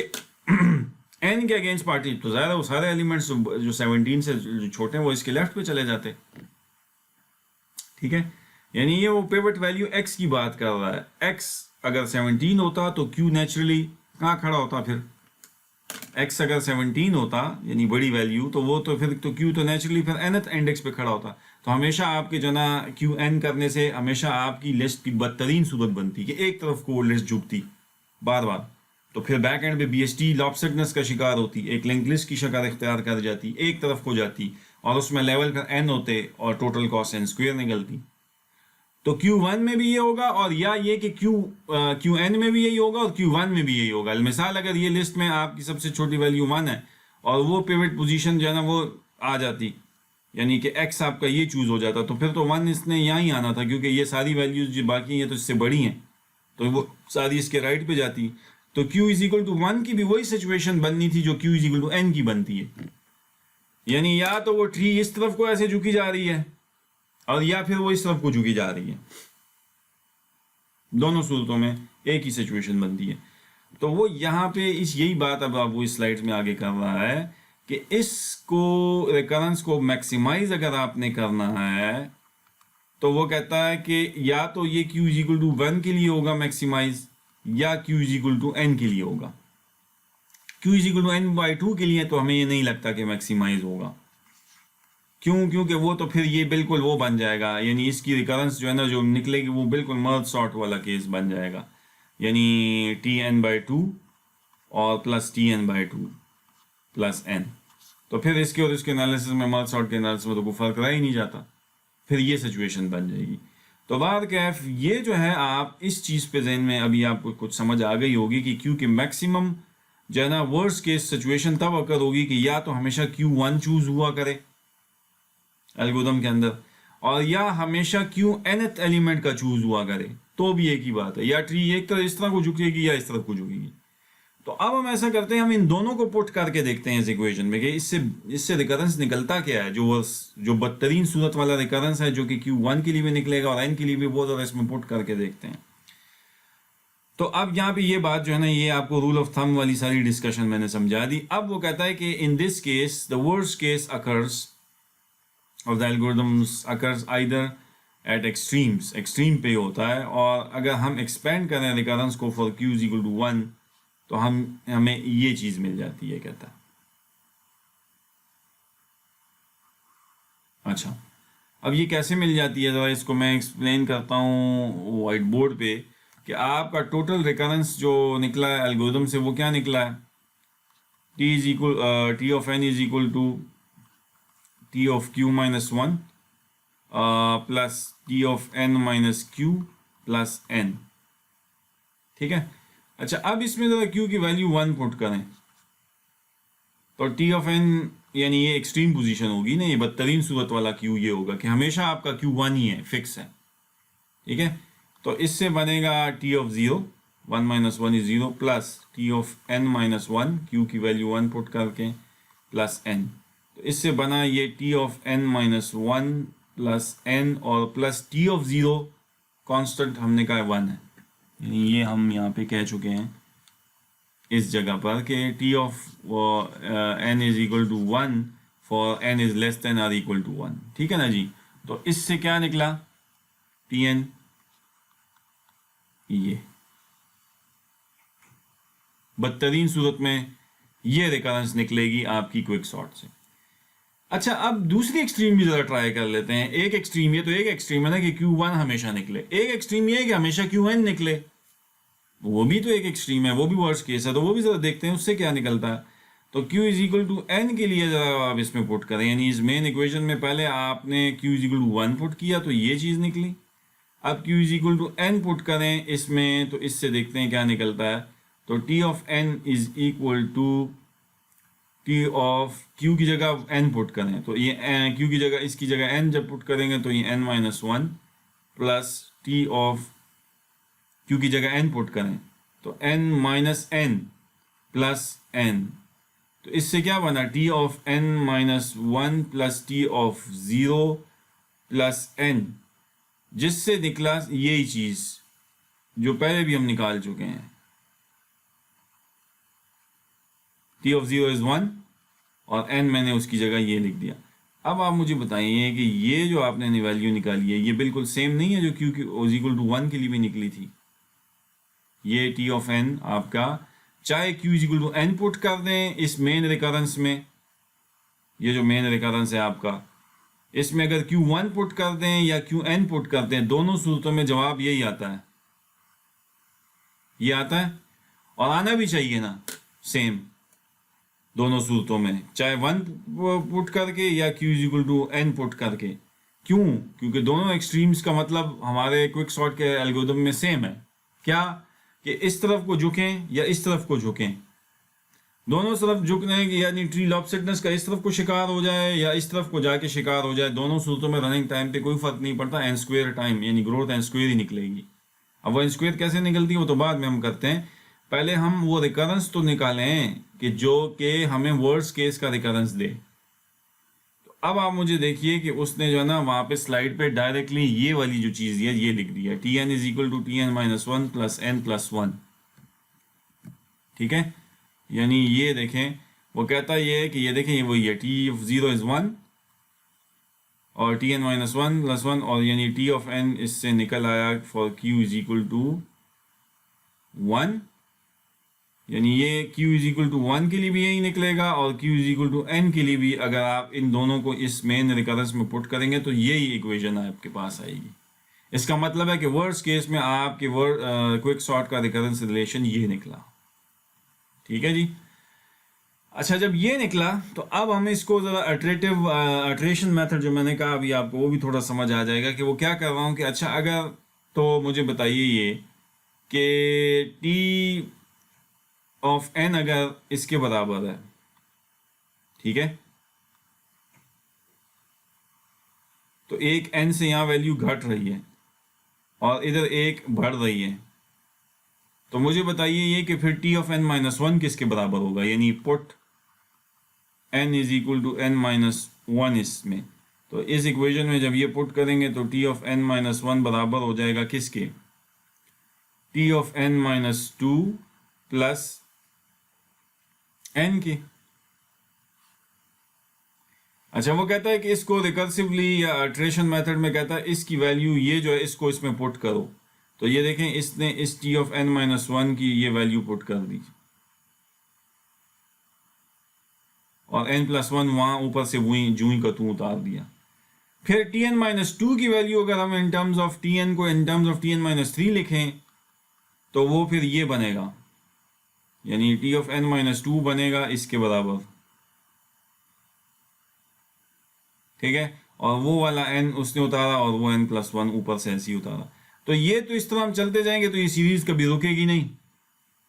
यानी इन टर्म्स ऑफ एन अगर आप इसको चलाते जाएंगे तो ये अट्रेशन मेथड है, अट्रेट कर रहे हैं आप एन की। देखें पहले वन में इन टर्म्स ऑफ वन लिखा, फिर इन टर्म्स ऑफ टू, फिर n-3, फिर n-4, और चलते जाएं, ऐसे चलते जाएं चलते जाएं चलते जाएं, तो ये तो स्टोरी रुकेगी कभी नहीं। उसने रोकने के लिए उसको ये सीरीज में फिर उसको यहाँ रोका है समेशन की फॉर्म में। अब वो कैसे रोका है उसको मैं आपको एक्सप्लेन करता हूँ कि उसने कहा देखें इससे जेनेरिक टर्म ये निकली n-k की 4 वैल्यू अगर आप ले लें, और फिर वो इसने इस सारी चीज को के लिए ये एक समेशन लिख दी है, ये वाली, ये सारी समेशन इसके बराबर है। अब अगर आप इस समेशन को जाके कागजों पे एक्सपेंड करें तो इस समेशन को खोलेंगे तो इससे यही बनेगा। देखें जरा, मैं अगर इसमें k की वैल्यू 4 पुट करूं इसमें, क्योंकि यहाँ पे इससे मुझे ये निकालना है ना कि ये इसकी इक्वल है भी कि नहीं, तो k इज इक्वल टू 4 इसमें पुट करें तो देखें t is equal to straight away t is equal to n-4 plus, ठीक है, summation of i is equal to -1 से लेके 4 - 2 का मतलब 2 होगा समेशन ये वाली, अब 2n-i होगा। अब आप इसको जरा पुट करें i की वैल्यू पहले -1, तो -1 का मतलब इसमें पुट करने का मतलब है n+1 इससे निकलेगा, तो ये आपकी पहली टर्म ये निकलेगी इससे, इस समेशन से, अगली ये निकलेगी, फिर ये निकलेगी और फिर ये निकलेगी इस सीरीज इस समेशन से। तो इसको जाके आप कागज़ों पे जाके इसको जना अपने कागज़ पेन पकड़िएगा और इसको जरा आप देखेंगे ना तो इससे जनाब ये चीज़ निकलेगी सॉल्व करके k इज इक्वल टू 4 के लिए, ठीक है ना जी। तो इससे निकला n, तो इधर ये पुट करेंगे आप तो ये t is equal to n-4 हो गया k की जगह प्लस, और यहाँ k की जगह 4-2, तो 4-2 इज इक्वल टू 2। तो सबसे पहले एक i की -1 वैल्यू पुट करेंगे तो -1, और ये बाहर वाला माइनस, तो n+1 इससे आएगा जो कि पहली टर्म निकलेगी। फिर आप -1 के बाद दूसरी वैल्यू 0 होगी, फिर तीसरी वैल्यू 1 होगी और फिर 2 होगी, क्योंकि वो 2 तक जा रहा है ना, समेशन की अपर लिमिट 2 है।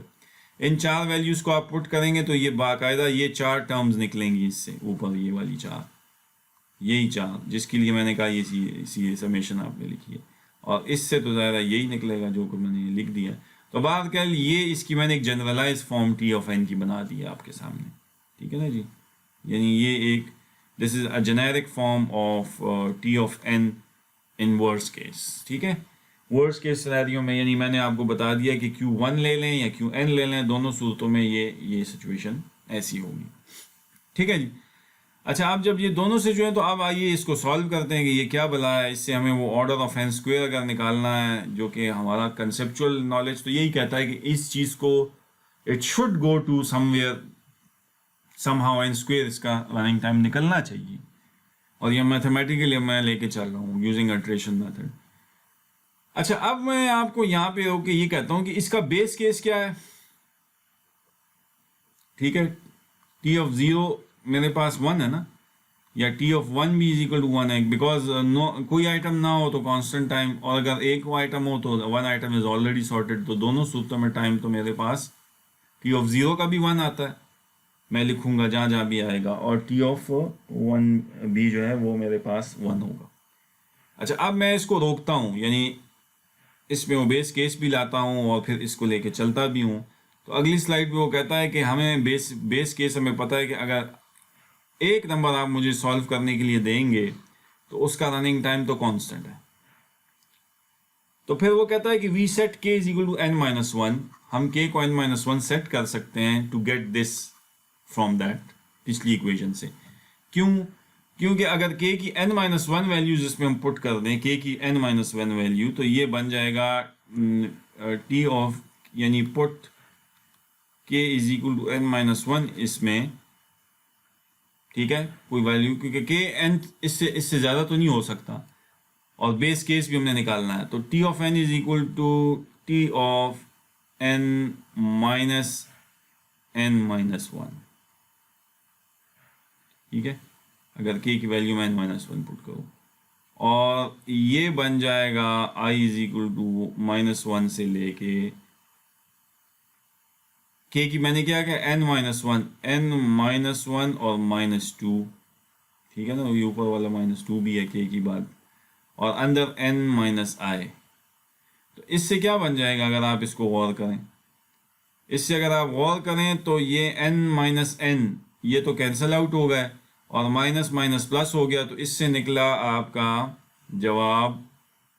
t of n is equal to t of 1 इससे, और अंदर क्या निकला, plus i is equal to -1 से लेके n-1 -2 से n-3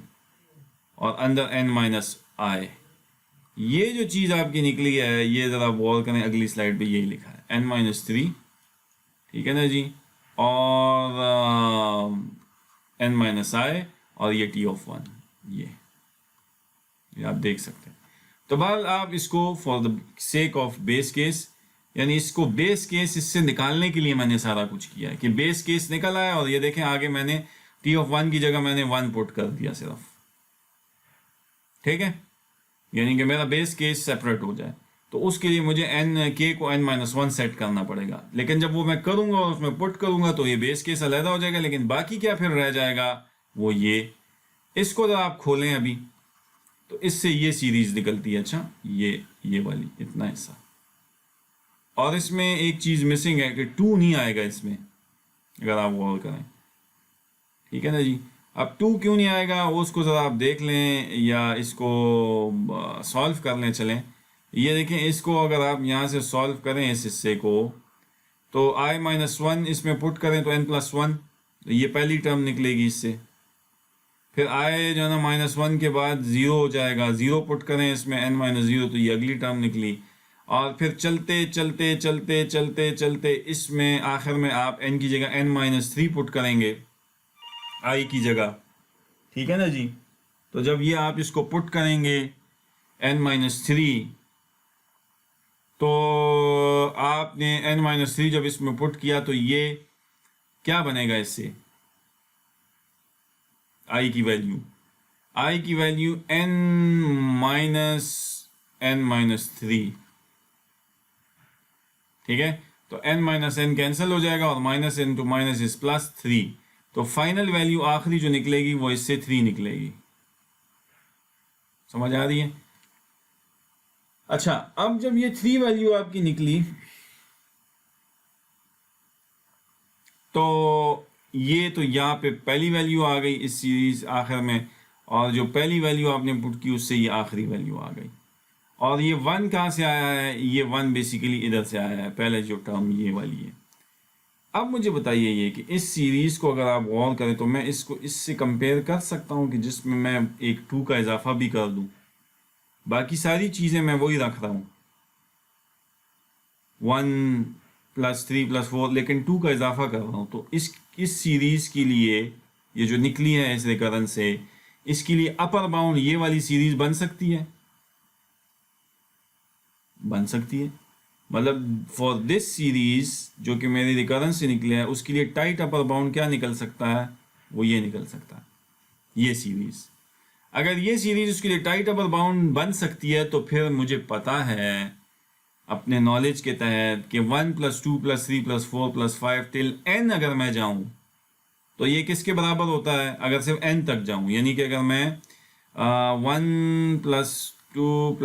3 + 4 + 5 इस तरह चल रहे n तक जाऊं, तो ये याद करें ये n × n+1 / 2 के बराबर होता है। लेकिन मैं अगर 1 + 2 + 3 + 4 + 5 चलता चलता n+1 तक जाऊं, ठीक है ना जी,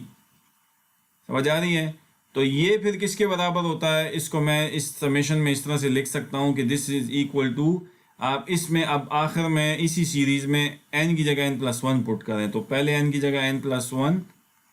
और इस n+1 के साथ जब n की जगह n+1 तो ये × n+2 / 2 बन जाता है, जो कि ये सीरीज़ है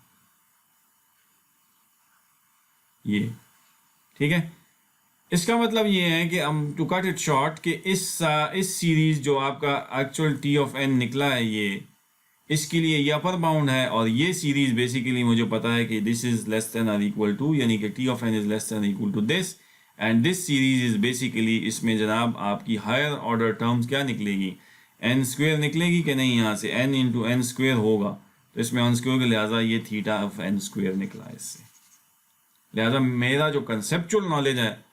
उसको जो है ना इसने प्रूव किया है मैथमेटिकल नॉलेज ने भी कि यस, आपकी जो ग्रोथ रेट है वर्स्ट केस में क्विक सॉर्ट की वो थीटा ऑफ एन स्क्वेयर है।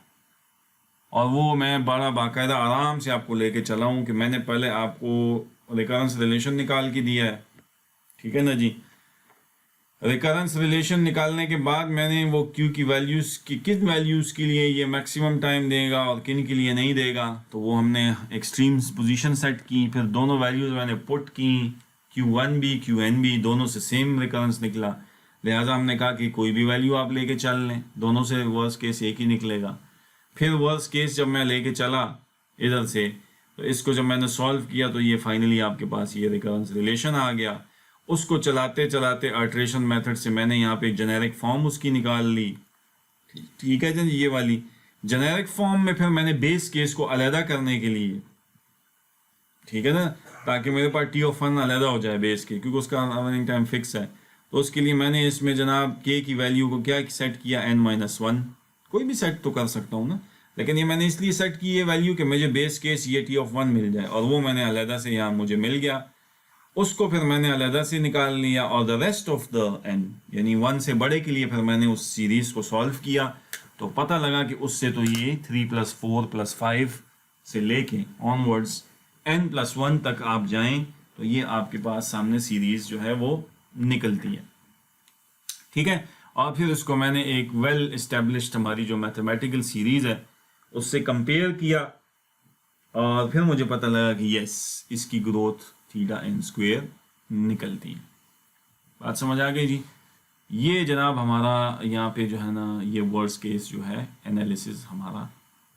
जो है कंप्लीट हो जाता है कि मैथमेटिकली भी हमने साबित कर लिया कि रनिंग टाइम इसका ये है, और जो है कंसेप्चुअली भी हमने समझ लिया कि the running time should be theta n square for the worst case of the quick sort, ठीक है ना जी। तो मेरा ख्याल है ये जो बातें हैं ये आपको यहाँ पे वर्स्ट केस एनालिसिस आपका जो है ना आपको समझ आ गया होगा। ओके, तो अब हम average case analysis of quick sort की तरफ जाते हैं। और एवरेज केस जो एनालिसिस है क्विक सॉर्ट का, तो वो भी हमने कंसेप्चुअली तो मैंने आपके साथ डिस्कस किया है कि इसका रनिंग टाइम जो है it should reflect as order of n log of n। जब मैंने यहाँ बात की आपको ऊपर यहाँ पे वाइट बोर्ड पे कि अगर इसमें log of n लेवल्स हैं और हर लेवल की जो है ना आपकी जो कॉस्ट है वो जो है आपकी वो n है, थीटा n है, तो चूंकि ये n log of n levels हैं और हर एक की कॉस्ट n है, तो लिहाजा it the running time should B n log of n, ठीक है ना जी। लेकिन वही बात है कि अब जैसे मैथमेटिकली हमने वर्स्ट केस को अपने एनालिसिस को सॉल्व किया है और उसको हमने किया है कोशिश करके सॉल्व करके डलवाए हैं, लिहाजा अभी हम जो है ना एवरेज केस को भी देखेंगे कि ये जो हमने कंसेप्चुअली एवरेज केस समझा है आया हमें मैथमेटिकली भी ये इसको रिफ्लेक्ट, जो कि हमें करना चाहिए। हम तो कन्विंस हैं as a computer science person, लेकिन मैथमेटिकली भी मैथमेटिशियंस को भी कन्विंस करना है और हमने अपने आप को भी मैथमेटिकली उस पर मोहर सब्त करवानी है कि हमारा ये एनालिसिस जो हम सोच रहे हैं ये ठीक है। तो ये इसका मतलब है कि दोनों तरीक़ों से हमारे पास रनिंग टाइम सेम रिफ्लेक्ट होना चाहिए। लिहाजा लेट्स सी कि अभी एवरेज केस में क्या सिचुएशन बनती है। तो एवरेज केस जो रनिंग टाइम है वो कहता है कि it should suppose to be theta n log of n, जो मैंने अभी बताया, and in average case it only depends on the random choices. तो हम अब कहते हैं कि रैंडम नंबर जनरेटर ने मुख्तलिफ इंडिसेस जनरेट किए हैं of the pivots that the algorithm makes, और हम एज्यूम ये कर रहे हैं कि अब हमारा जो लिस्टें बनेंगी जो पिवट के अगेंस्ट, तो वो दोनों साइड पे तकरीबन बैलेंस्ड होंगी, तकरीबन, अगर एग्जैक्टली नहीं भी है तकरीबन, क्योंकि अगर हम एंड में उसके लॉग ऑफ एन लेवल्स निकालने में कामयाब नहीं भी होते, लेकिन हम कहते हैं log of n plus 10 levels बने हैं, तो स्टिल हमारा काम हो गया, क्योंकि ग्रोथ रेट तो लॉग ऑफ एन है ना, +10 +7 +3 +9 फिर मैटर नहीं करता मेरे लिए। तो वो अगर फुली कंप्लीट बाइनरी ट्री ना भी बने, लेकिन कुछ कंप्लीट बाइनरी ट्री की करीब करीब की शक्ल बनाए और एक आध दो लेवल या कुछ लेवल ज़्यादा कर ले, तो वो अगेन रनिंग टाइम के पॉइंट ऑफ व्यू से मुझे वो बॉदर नहीं करती वो चीज़ें। ठीक है, बहरहाल ये चीज़ें अभी देखते हैं, वो जो अभी हम इसका एनालिसिस करते हैं। अच्छा, अब स्टोरी हम वहीं से बिगिन करते हैं कि रिकरेंस तो बहरहाल हमारा जो होगा वो वही होगा, और वो रिकरेंस हमें पता है वो हमारे पास क्या है ओरिजिनली, जो हमारे पास के जो निकाला है कि हमने कहा कि टी ऑफ q-1, क्योंकि पहले एलिमेंट्स जो हमने रिकर्सिव कॉल में दिए हैं वो q-1 उसकी रेंज है, यानी पहले एलिमेंट से q-1 एलिमेंट तक, प्लस जो अगली रिकर्सिव कॉल है उसमें n-q एलिमेंट्स हैं, यानी टोटल एलिमेंट्स में से पहले q निकाल लो तो जो रह गए वो इधर, और पार्टीशन का जो टाइम है वो ये है। ठीक है, ये ही रिकरेंस आप देख रहे हैं कि ऊपर आपको जो है ना नज़र आ रहा है ये, ठीक है ना, ये वही रिकरेंस है। अब पिछले जो है ना केस में हमने जो है अगर याद हो तो हमने इसकी इधर शुरू में मैक्स का फंक्शन लगाया था,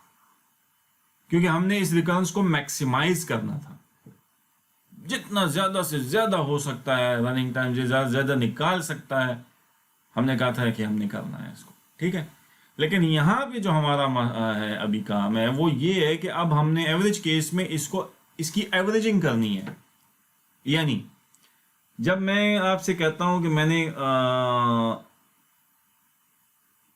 रोल नंबर 1 वाले स्टूडेंट को क्लास में उसके क्विज में इतने नंबर हैं, रोल नंबर 2 वाले कितने हैं, रोल नंबर 3 वाले कितने हैं, तो क्लास एवरेज कैसे निकालते हैं आप? अब हम रोल नंबर 1 यानी q = 1 पे जो वैल्यू पड़ी है वो, q = 2 इंडेक्स 2 पे जो पड़ी है वो, यानी क्विज मार्क्स अगले के, इन सब वैल्यूज को जमा करके डिवाइड बाय n करेंगे तो फिर एवरेज निकलेगा ना। तो अब हम अगर इस रिकरेंस रिलेशन की एवरेजिंग कर लें तो आप मुझे बताइए कि इस रिकरेंस रिलेशन के शुरू में आपको ये एवरेजिंग के लिए ये देखें मैंने क्या किया है कि आप पहले ये करें कि ये तो मेन रिकरेंस हुई ना क्विक सॉर्ट की, आप इन q = 1 के लिए रिकरेंस को ऐड कर लें, टाइम निकाल लें, q = 2 के लिए भी फिर समेट भी करें, समेशन भी साथ लगाया हुआ है कि q = 1 के लिए क्या टाइम निकलता है t ऑफ n, वो जमा q = 2 के लिए, जमा q = 3 के लिए, जमा q = n तक। तो अगर आप गौर करें ये जितना पोर्शन मैं उसको दोबारा हाईलाइट करता हूं कि ये वाला पोर्शन ये कह रहा है कि तुम इस रिकरेंस को t ऑफ n = दिस, ठीक है ना जी, ये दिस को आप सारी q की वैल्यूज के लिए ऐड करो, ये समेशन क्या कर रहा है 1 से n तक जा रहा है, जमा करो। अब जब तो ये ऐसी है कि जैसे सारी क्लास के क्विज के मार्क्स को जमा कर लो, हर एक ने कितना कितना मार्क्स लिए, तो q की 1 वैल्यू के लिए कितना वर्ड्स के एवरेज केस में q की = 1 के लिए कितना टाइम निकला t ऑफ 1, फिर सब के लिए q की 2 के लिए कितना, इन सारे टाइमों का सम लो और बाहर देखो क्या कर रहा हूँ, डिवाइड बाय n, यानी इससे जो वैल्यू आएगी इस सारे को जमा करने के बाद उस वैल्यू को फिर मैं 1/n से मल्टीप्लाई कर रहा हूँ, यानी कि इन अदर वर्ड्स सारी वैल्यूज को लेके उसका सम लेके क्योंकि हर वैल्यू के लिए कितना टाइम निकलता है और उसको फिर मैं n से डिवाइड कर रहा हूँ। मेरी बात समझ आ रही है? तो जब ये मैंने कर दिया तो अब क्या हो रहा है जनाब, अब आपके पास एक किस्म की जो रिजल्ट आना चाहिए वो क्या होना चाहिए, वो एवरेज होना चाहिए ना। एवरेज केस में जो रनिंग टाइम बनना चाहिए वो होना चाहिए, यानी कि ये उसका रनिंग टाइम फिर एक्चुअली होना चाहिए आपके पास। तो ये एवरेजिंग हुई है आपने। तो अब वो यही कह रहा है कि the algorithm has n random choices for the pivot element and each choice has an equal probability of 1/n। ये उसकी हर एक की प्रोबेबिलिटी अकर होने की कितनी है, 1/n ऑफ अकरिंग। और वो कहता ये है कि so we can modify the above recurrence to compute n average rather than max. पहले हमने मैक्स लिया था उसी रिकरेंस का, अब हम उसी रिकरेंस का एवरेज लेंगे। तो ये बेसिकली हमने एवरेजिंग की हुई है यहाँ पे उस रिकरेंस की, ठीक है ना जी। ये पहले समेशन लगा दिया हर सारे टाइम जमा करके, और फाइनल जो वैल्यू आई उसको 1/n यानी डिवाइड बाय n करके जो एवरेज रनिंग टाइम आएगा वो total running time of that algorithm मेरे पास जो है वो कहना चाहिए निकलेगा। अच्छा, तो अब उसको एक्सपेंड किया है वही इटरेशन मेथड से। उसने क्या किया है कि अगर इसमें आप वैल्यूज अब ज़रा सा पुट करना शुरू कर दें, तो इसमें q = 1 जब पुट करेंगे तो इससे क्या आएगा, q = 1 से इधर से 1 - 1 0 आएगा, और फिर जनाब t of n - 1 आएगा, और इससे n आएगा, ठीक है। तो आगे देखें ये यही हुआ है, ये q = 1 पुट करके ये आया, 1/n तो सबके साथ बाहर मल्टीप्लाई हो रहा है ना, और प्लस q = 1 के लिए ये आएगा, फिर ये आएगा, प्लस सब कुछ कर करके, तो ये तो उसकी एक्सपेंशन हो गई, ठीक है जी। तो अब आते हैं कि हमने कहता है ऐसी रिकरेंस तो हमने अभी तक नहीं देखी, we have not seen such a recurrence before, ठीक है। कैसी रिकरेंस, ऐसी रिकरेंस यानी कि जिसमें मुझे तमाम वैल्यूज के लिए इस टाइम ऐड करके उसकी एवरेजिंग करनी हो। तो भाई अब इसका क्या करूं मैं, ये क्या चीज़ है। तो बहरहाल हम कहते यही हैं कि हम इटरेशन मेथड, ये जो हमने इसको लेके चले थे ना इधर, ऐसे 1/1 वैल्यूज पुट कर के इधर आके फिर हमने जनरलाइज फॉर्म निकाली, और फिर उसको एक सीरीज से कंपेयर करके बताया कि ये 2 की वजह से अपर बाउंड है। तो उसी तरह का काम अब हम जो है ना इधर भी करने की अब कोशिश करेंगे। अच्छा, so to solve the expansion it's possible but it's rather tricky। तो ट्रिकनेस इसमें जो ट्रिक है वो अब देखते हैं कैसे हम उसको अटेम्प्ट करते हैं। हम उसको अटेम्प्ट करते हैं using induction, mathematical induction to solve it. तो मैथमेटिकल इंडक्शन एफएससी से फर्स्ट ईयर में हमने पढ़ी थी। हम n की 1 वैल्यू के लिए लेते थे, 2 के लिए, फिर जनाब n की k वैल्यू के लिए, फिर n फिर k + 1 वैल्यू के लिए, और फिर हम सब के लिए जब साबित करते थे तो हम उसके बाद हम कंक्लूड करते थे कि हैंस दिस इज प्रूफ। तो उसी तरह का एक फ़लसफ़ा हमने अब यहाँ लगाना है। लेकिन हमारी जो एजम्पशन है कि एवरेज केस में कितना रनिंग टाइम निकलता है, जो अभी हमने बात की है, हमने कहा है ना कि it should B t of n should B order of n log of n, ये हमने कहा है। जब ये कहा है तो फिर या theta n log of n भी कह लें, जो भी बनता है एवरेज केस में। तो अब हमारा फिर ये चीज़ भी प्रूव होनी चाहिए ना, क्योंकि बिग ओ की डेफिनेशन ये नहीं है। बिग ओ की डेफिनेशन ये है ना कि T n then should be less than equal to C N log of n, constant c for positive constants, and n greater than or equal to q, क्योंकि एन 1 के लिए तो कांस्टेंट टाइम है, क्योंकि 1 नंबर इज ऑलरेडी सॉर्टेड। तो उसके लिए तो हमने ये नहीं साबित करना, हमने 2 एंड ऑनवर्ड्स के लिए बात साबित करनी है। और अगर हम साबित कर सके मैथमेटिकली तो इसका मतलब है कि हमने मैथमेटिकली भी सॉल्व कर लिया, और कंसेप्चुअली तो हम इस टाइम तक ऑलरेडी जो मैंने पिक्टोरियली समझाया है उस तक हम वैसे ही पहुंच गए हैं कि इसका ये टाइम निकलना चाहिए। तो अब बेस केस के लिए वो कहता है एज अ बेस केस हम स्टार्ट कहाँ से करेंगे, मेरी बुनियाद क्या है, वो जो मैथमेटिकल इंडक्शन में बेस केस, तो मेरा बेस केस यहाँ 2 है, 1 तो नहीं है। 1 के लिए तो कांस्टेंट टाइम ऑलरेडी मुझे पता है कि t of 1 is 1 because 1 item is already sorted, तो उसका टाइम कांस्टेंट है θ1। लेकिन जब मुझे मैथमेटिकल इंडक्शन से ये टाइम साबित करना है, यानी n log of n growth साबित करनी है, तो इसके लिए बेस क्या है, इसके लिए बेस बनेगा n = 2 एंड ऑनवर्ड्स। तो सबसे पहले तो बेस क्या बना, n = 2। तो अब वो कहता ये है कि ये जो आपने ऊपर रिकरेंस मुझे निकाल के दिया ना, ये इसमें आप जाना 2 पुट करके मुझे जाना बताएं, ठीक है ना जी। तो n = 2 जब हम इसमें पुट करेंगे, देखें 1/n बाहर है ना उसके, ये इसी में ही, इसमें अब आप जो है 2 n = 2 पुट करें इस इक्वेशन में ऊपर, तो दिस बिकम्स 1/2, ठीक है ना जी। और 1/2 के बाद q = 1 से n तक है, तो 1 से 2 एंड 2q - 1 + 2n - q है ना वहाँ, तो n - n की जगह 2 एंड दिस। अब आप इसको ज़रा सॉल्व करें तो 1/2, तो इससे q की समेशन इसमें पुट करें आप यहाँ, तो पहली वैल्यू 1 आएगी तो t of 0 आ जाएगा इससे, और फिर q की अगली वैल्यू 2 है तो 2 पुट करेंगे तो 2 - 1 is 1 आ जाएगा इधर से, और ठीक है जी। और फिर जनाब ये 2 आ गया ये, और फिर जनाब t of 1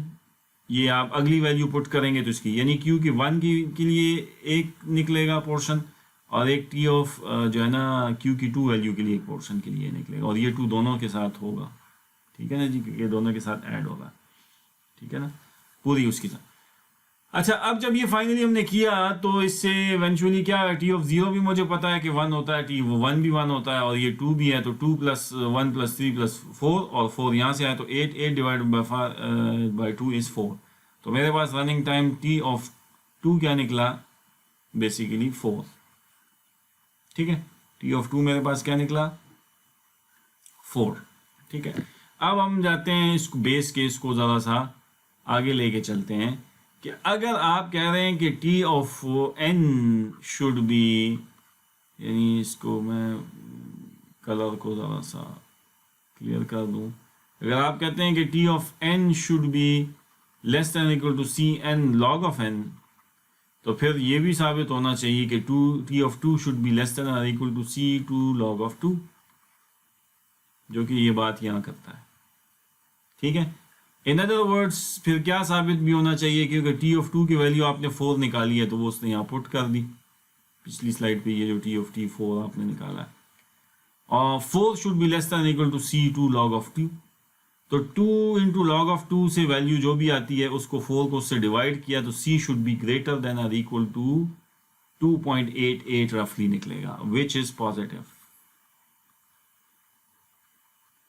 ठीक है। अप्रॉक्सीमेटली 2.88 कर लें या इक्वल टू 3 कर लें, बेशक चलें for the sake of simplicity. तो अब आप मुझे बताएं n is equal to 2, positive constant c is equal to 3 के लिए आपने ये इनइक्वालिटी फिक्स कर दी, यानी आपका जो रनिंग टाइम है आप कहते हैं कि T n is equal to C N log of n होना चाहिए, for what this should be proved, for all values of n greater than or equal to 2। तो आप कहते हैं चलें मैथमेटिकल इंडक्शन का पहला स्टेप है कि 2 के लिए तो साबित करो, तो 2 के लिए जब मैंने साबित कर दिया तो कांस्टेंट 3 निकल आया। अब मुझे बताइए ये कि ये कांस्टेंट 3 अब आपका फिक्स हो गया है लेट्स से 3 पे, तो ये थ्रू आउट 3 के लिए अब हर n की वैल्यू के लिए इसको साबित करना चाहिए, एग्रीड, क्योंकि कांस्टेंट तो आपको फिक्स करना होता है। For all values of n this constant is fixed as 3। 2 के टी ऑफ 2 निकालने के लिए के साथ आपने अगर फिक्स कर दिया ये 2.88 या रफली 3, आसानी के लिए कह रहा हूँ, तो अगर फिक्स कर दिया राउंड कर लें इस 2.88 को, तो अब this should be true for all values of n, for all values of n, यानी टी ऑफ 4, यानी इसको मैं अगर ऐसे कहूँ कि जनाब t of 4 should be less than और इक्वल टू क्या, t of 4 should be less than और इक्वल टू सी की value of 3, c N log of N, तो 4 लॉग ऑफ एन, ठीक है ना जी। T of 5 should be less than और equal to 3 into 5 log of N, log of 4 या log of 5 या and so on, आगे चलते जाएं, लेकिन 3 फिक्स हो गया अब आपका constant, for n is equal to 2 जो है आपने इसको लिए ये कांस्टेंट निकाला था, तो 4, 5, 6 एंड सो ऑन 3, यानी सब के लिए ये 3 कांस्टेंट फिक्स हो गया, और इसको प्रूव होना चाहिए क्योंकि कांस्टेंट को आप बार बार नहीं ला सकते, कांस्टेंट को आपने एक दफ़ा फिक्स करना होता है, ठीक है ना जी। तो अब हम ये देखते हैं कि ये बात हमारी प्रूफ कैसे होती है, तो उसको ही वो आगे ये लेके अब बता रहा है कि अगर एन डैश कोई भी वैल्यू एन डैश यानी any value starting from 3, 4, 5 n greater than equal to 3 के लिए t of n dash should be less than equal to C n dash log of n dash भी फिर होना चाहिए, ठीक है। तो ठीक है, बात सही है। 2 के लिए तो मैंने कर दिया ना साबित कि 2 के लिए कांस्टेंट निकल आया और ये पॉजिटिव है, तो बस ठीक है ये बात। अब मैं ये कह रहा हूँ कि it should be prove for all values of n with fixing this constant 3। तो अब वो कहता है कि इसी रिकरेंस को आप जरा एक्सपेंड करें, जो अभी आपने पीछे मुझे दिखाई है ये वाली रिकरेंस जो मेन आपने निकाली है ये वाली, इसको एक्सपेंड करें। तो एक्सपेंड करने के बाद वो कहता है सिचुएशन कुछ ये बन जाएगी, ठीक है ना जी।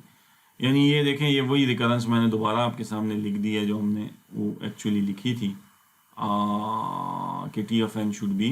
1/n n q equal to 1 n से, और ये दिस। तो ये मेरा मेन रिकरेंस निकला है किस चीज़ में,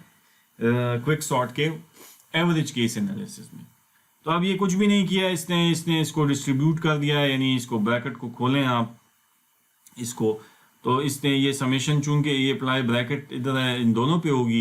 यानी ये ब्रैकेट ये है और ये है, तो इसने समेशन को डिस्ट्रीब्यूट इस पे कर दिया और इस पे भी कर दिया, तो ये इसने सेपरेट लिख दिया, समेशन खोल दी, ठीक है। इस पे अलग लगाई, इस पे अलग लगाई, और प्लस एन तो वहाँ से वैसे ही उतर के आ रहा है, ठीक है ना जी। और 1/n भी चूंकि सब के साथ मल्टीप्लाई हो रहा है, तो यानी इस ब्रैकेट में जो कुछ भी है तो इधर भी 1/1n है और यहाँ भी 1/n है।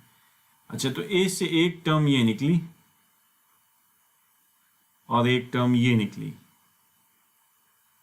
और ये एन जू का तू अलहदा से नीचे उतर आया, ठीक है। अच्छा, अब ये जो ये क्या भला है, अब इसको सॉल्व करना है ज़रा। अब हम तो रिकरेंस को लेके चल रहे हैं ना, और अब हमने इस रिकरेंस को एंड तक लेके चलना है कि जब तक हमारा जो क्लेम है कि T of n should be less than और equal to C N log of n जो हमने किया हुआ है, तो वो जब तक साबित नहीं होता हम तब तक इस मैथमेटिकल इंडक्शन के तरीक़ों को लेके जो है ना वो चलते रहेंगे। अच्छा, अब वहाँ पे एक बात करता है बड़ी ज़बरदस्त किस्म की, वो कहता है कि ऊपर जो दो टर्म्स मैंने हाईलाइट किए हैं ये और ये, इनसे दोनों से अगर आप देखेंगे ना तो ये सीरीज जनरेट होगी। अगर आप इसको रफ कागज़ पे जाके खोलिएगा तो इन दोनों से ये चीज़ बनेगी, ठीक है। यानी अगर आपके लिए मैं सिर्फ एक जल्दी कर लूँ, मिसाल के तौर पे जो है वो कह रहा है कि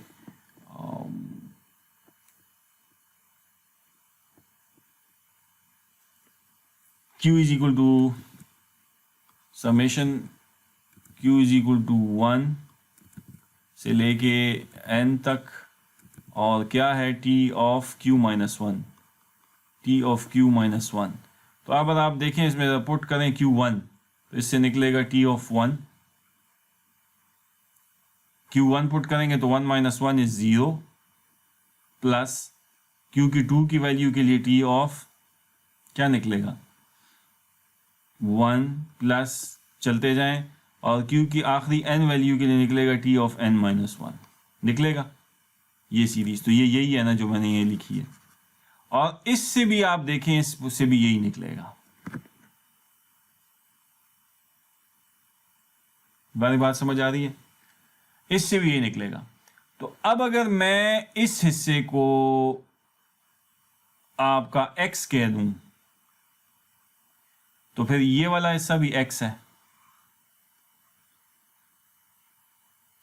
और x plus x is equal to 2x, तो इसको मैं इस तरह से लिख सकता हूं फिर कि Q 0 से n-1 तक जाए, यही सीरीज निकलेगी इससे। 2 क्यों लगाया है, क्योंकि ऊपर 2 दफा ये सीरीज बन रही है ना, x plus x is 2। 1/n को बाद आप कॉमन कर लें बेशक, फिर 1/n बाहर कर लें, अंदर क्या बच गया, ये वाली सीरीज आपकी है और ये वाली सीरीज है, इन दोनों से सेम ये सीरीज जनरेट होती है, ये जो मैंने नीचे लिखी है।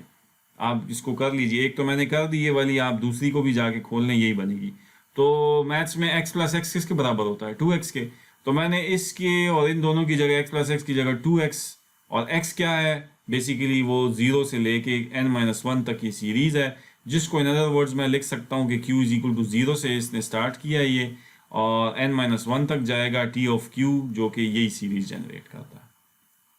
और 2 इसलिए लिखा है कि वो 2 दफ़ा है, तो 2x। अब इसको जाके उसमें पुट करें उस इक्वेशन में मेन में, तो इसको जब इसमें पुट करेंगे तो ये चीज़ बन जाएगी। कैसे कि 1/n तो अपना बाहर ही है ना, असल में ये चीज़ है, वो 1/n जो आपने उन दोनों से कॉमन किया है ना, वो आपने मल्टीप्लाई कर दिया बाद में इस 2 के साथ, क्योंकि इन दोनों से तो ये निकला, ठीक है। तो इन दोनों से जो निकला वो हुआ 2 और समेशन ऑफ Q 0 से लेकर n-1 T ऑफ Q, और ये n वो वाला n है जो आपका ऊपर से उतरता हुआ आ रहा है, ये वाला n, ये n, ठीक है, ये वो वाला है। तो फाइनली आपकी जो है ना सीरीज ये बन गई। अच्छा, अब इसको भी खोलें, इसमें बेस केस जो T ऑफ 0 T ऑफ 1 का तो रनिंग टाइम मुझे मालूम है ना, तो उसको निकालते जाएं, जो चीज़ें सॉल्व होती जाए। मैं यानी रिकरेंस को पहले क्या कर रहा हूँ आपके लिए सिंप्लीफाई करने की कोशिश कर रहा हूँ, जितनी चीज़ें रिकरेंस में सॉल्व हो सकती हैं उसको मैं बाहर कर रहा हूँ, इक्वेशन से। तो अगर आप इसमें q इज इक्वल टू 0 की वैल्यू पुट करेंगे तो t ऑफ 1 आएगा, उससे t ऑफ 0 आएगा, फिर q की नेक्स्ट 1 वैल्यू पुट करेंगे तो ये आएगा, और q की 2 वैल्यू से ऑनवर्ड n-1 तक मैंने दोबारा वो समेशन लिख दी है, ये q2 से, क्योंकि 0 1 मैंने अलग निकाल दी है बाहर। वो क्यों निकाला है आपको समझ आ जाइए, क्योंकि इसकी जगह मैं आगे 1 पुट करूंगा और इसकी भी आगे जगह 1, बिकॉज मैंने कह दिया है कि t of 0 is also 1 and t of 1 is theta 1 यानी 1। अब जब इसको मैं सॉल्व करता हूँ फाइनली, तो ये बन जाएगा क्या 1 + 1,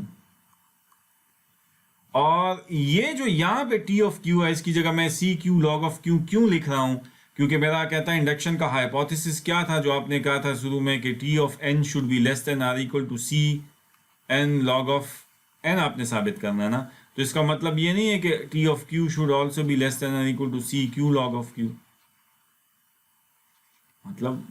n की जगह आप 5 पुट कर दें, q पुट कर दें, k पुट कर दें, t पुट कर दें,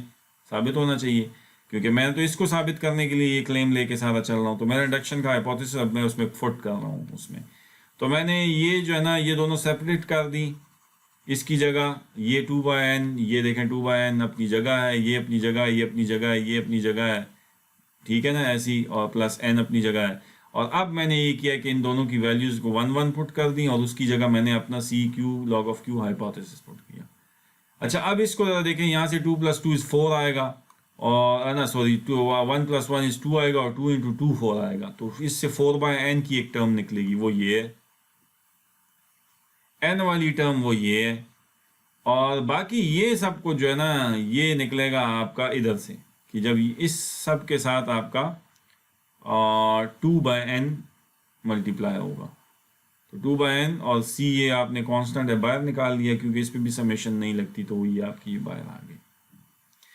मतलब this is just simple maths. अच्छा इसमें अब आपने घबराना नहीं है, ये मैं कोई इसमें कुछ भी नहीं कर रहा, ये पिछले 15-20 मिनट से मैं मैथ्स कर रहा हूँ सिर्फ, यानी मैं आपको यहाँ से लेके वो जो है ना वो कहता है ना समेशन को खोल रहा हूँ, उसमें ब्रैकेट में वैल्यू डाल रहा हूँ, उसको जो है ना कहना चाहिए माइन्यूट से माइन्यूट लेवल तक लाने की कोशिश कर रहा हूँ कि एंड में मुझे एक चीज़ पकड़ के मैं फिर उसको सॉल्व करके जवाब निकालूँ। तो फाइनली आपका जो जो जो कहते हैं ना रिकरेंस निकला वो बेस्ट केस के लिए, सॉरी एवरेज केस के लिए वो ये है। अब इसको मुझे सॉल्व करना है, मेरी बात समझ आई है, इसको सॉल्व करना है, लेकिन इसको भी सॉल्व करना कुछ ऐसे है कि इसको सॉल्व ऐसे करना है कि इसमें मेन ये चीज़ें तो सिंपल हैं, इन टर्म्स ऑफ एन ही है ना, ये जो q log ऑफ q ये क्या बताया, अब इसको सॉल्व करना है, ये हमने अब तक नहीं सॉल्व किया हुआ ऐसी कोई चीज़। तो इसको अब नीचे देखें, वो नीचे लिख रहा है we have never seen this sum before, ऐसा कोई काम हमने नहीं देखा जैसे q log ऑफ q, यानी ये क्या बता है, इसको उसने s ऑफ n का नाम दे दिया है कि मैं एक फंक्शन s ऑफ n है जिसको पहले कंप्यूट करूंगा,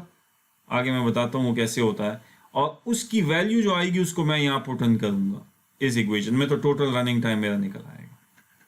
ठीक है ना जी। तो ये अब आपने ज़हन में रखना है। अब हम आगे लेके चलते हैं, तो थोड़ा मैथ्स के सहारा लेते हैं। अब ये क्या फंक्शन है इसको ज़रा देखते हैं। मैथ्स में ये रिकॉल करें, कैलकुलस में शायद आपने पढ़ा हो कि एक इस्तिलाह हमारे पास इस्तेमाल होती है एसिम्प्टोटिकली monotonically increasing function. Monotonically increasing function की तारीफ में डेफिनेशन आप पढ़ सकते हैं, नीचे लिखी हुई है कि दीज फंक्शंस आर फंक्शंस, ठीक है, that tend to move in only one direction as x increases, and monotonically increasing function always increases as x increases, that is अगर f of a greater than b है तो then this should be true for all a greater than b। अच्छा ये क्या है, maths ज़रा लोगों को डिस्टर्ब करता है, मैं आपको थोड़ा सा इधर पिक्टोरियल बताता हूँ। अच्छा ये मुझे बताइए ये कि इसने जो है ना यहाँ पे कहा है, एक बात की है कि ये जो फंक्शन होता है ना मोनोटोनिकली इंक्रीजिंग का, फिर ये है कि उसका ये फॉर्मूला है, एक थ्योरम कह लें, फॉर्मूला कह लें कि f ऑफ i ऑफ किसी भी फंक्शन का उसका a से b-1 तक जाए तो this is less than equal to integral from a to b of f of x d of x होता है। अच्छा, summation less than equal to integral क्या होता है? तो इंटीग्रल मुझे ज़रा मैथमेटिकली बताएं क्या होता है इंटीग्रल। अगर आपको याद हो तो मैथमेटिशियन ने आपको बताया था कि it's the area under the curve, यानी अगर मैं इसको ऐसे ड्रॉ कर लूँ तो इसके अंदर ये जो खाने में ये जो अहाता है, यानी ये जो एरिया है, ये सारा जो है ना, ये अगर इसको, ये पॉइंट ए है, ये बी है, तो ये एफ ऑफ ए होगा और ये एफ ऑफ बी होगा, ठीक है ना। तो ए और बी का जब इंटीग्रल आप इस फंक्शन का लेंगे जिसका प्लॉट ये जो ड्रॉ किया है, ठीक है, डी ऑफ एक्स, ठीक है, तो ये बेसिकली जवाब जो देगा वो ये देगा कि एरिया अंडर द कर्व, यानी इसके अंदर ये कितना एरिया था। इंटीग्रल का ये मतलब होता है। बात समझ आ गई आपको? जब ये बात समझ आ गई तो अब अगली बात समझें कि वो कहता ये है कि मोनोटोनिकली इंक्रीजिंग फंक्शन वो होते हैं, वो कहता है कि जब ए और बी ये है और ये बढ़ता जा रहा है तो ये इधर जो फंक्शन ड्रॉ होगा वो भी बढ़ता ही जा रहा होगा। लेट्स से स्ट्रेट लाइन भी मोनोटोनिकली इंक्रीजिंग फंक्शन में आता है, या आपका जो पैराबोला है वो भी अगर इस पॉइंट से पास हो रहा है और इधर से, तो वो भी आस्ता आस्ता ग्रो कर रहा होता है, बढ़ रहा होता है, ठीक है। तो मोनोटोनिकली इंक्रीजिंग फंक्शन जो होते हैं उसके लिए उसने कहा है कि ये जो थ्योरम है, यानी कि दिस शुड बी, यानी कि उसकी समेशन अगर आप लें एरियाज की, मुख्तलिफ छोटे छोटे चंक्स की, तो वो उसके total area under the curve से या लेस या बराबर होगा। अच्छा, ये कैसे होगा? ज़रा इसको थोड़ा सा आप मैथ्स में चले जाते हैं। ये आपको जो है ना, अगर आपको याद हो, आपको कुछ ऐसे कर्व्स होते हैं, यानी ये इसको आप यहाँ से करें, मोनोटोनिकली इंक्रीजिंग बनाएं, यानी इसको भी चलें थोड़ा सा, मैं दोबारा करता हूँ।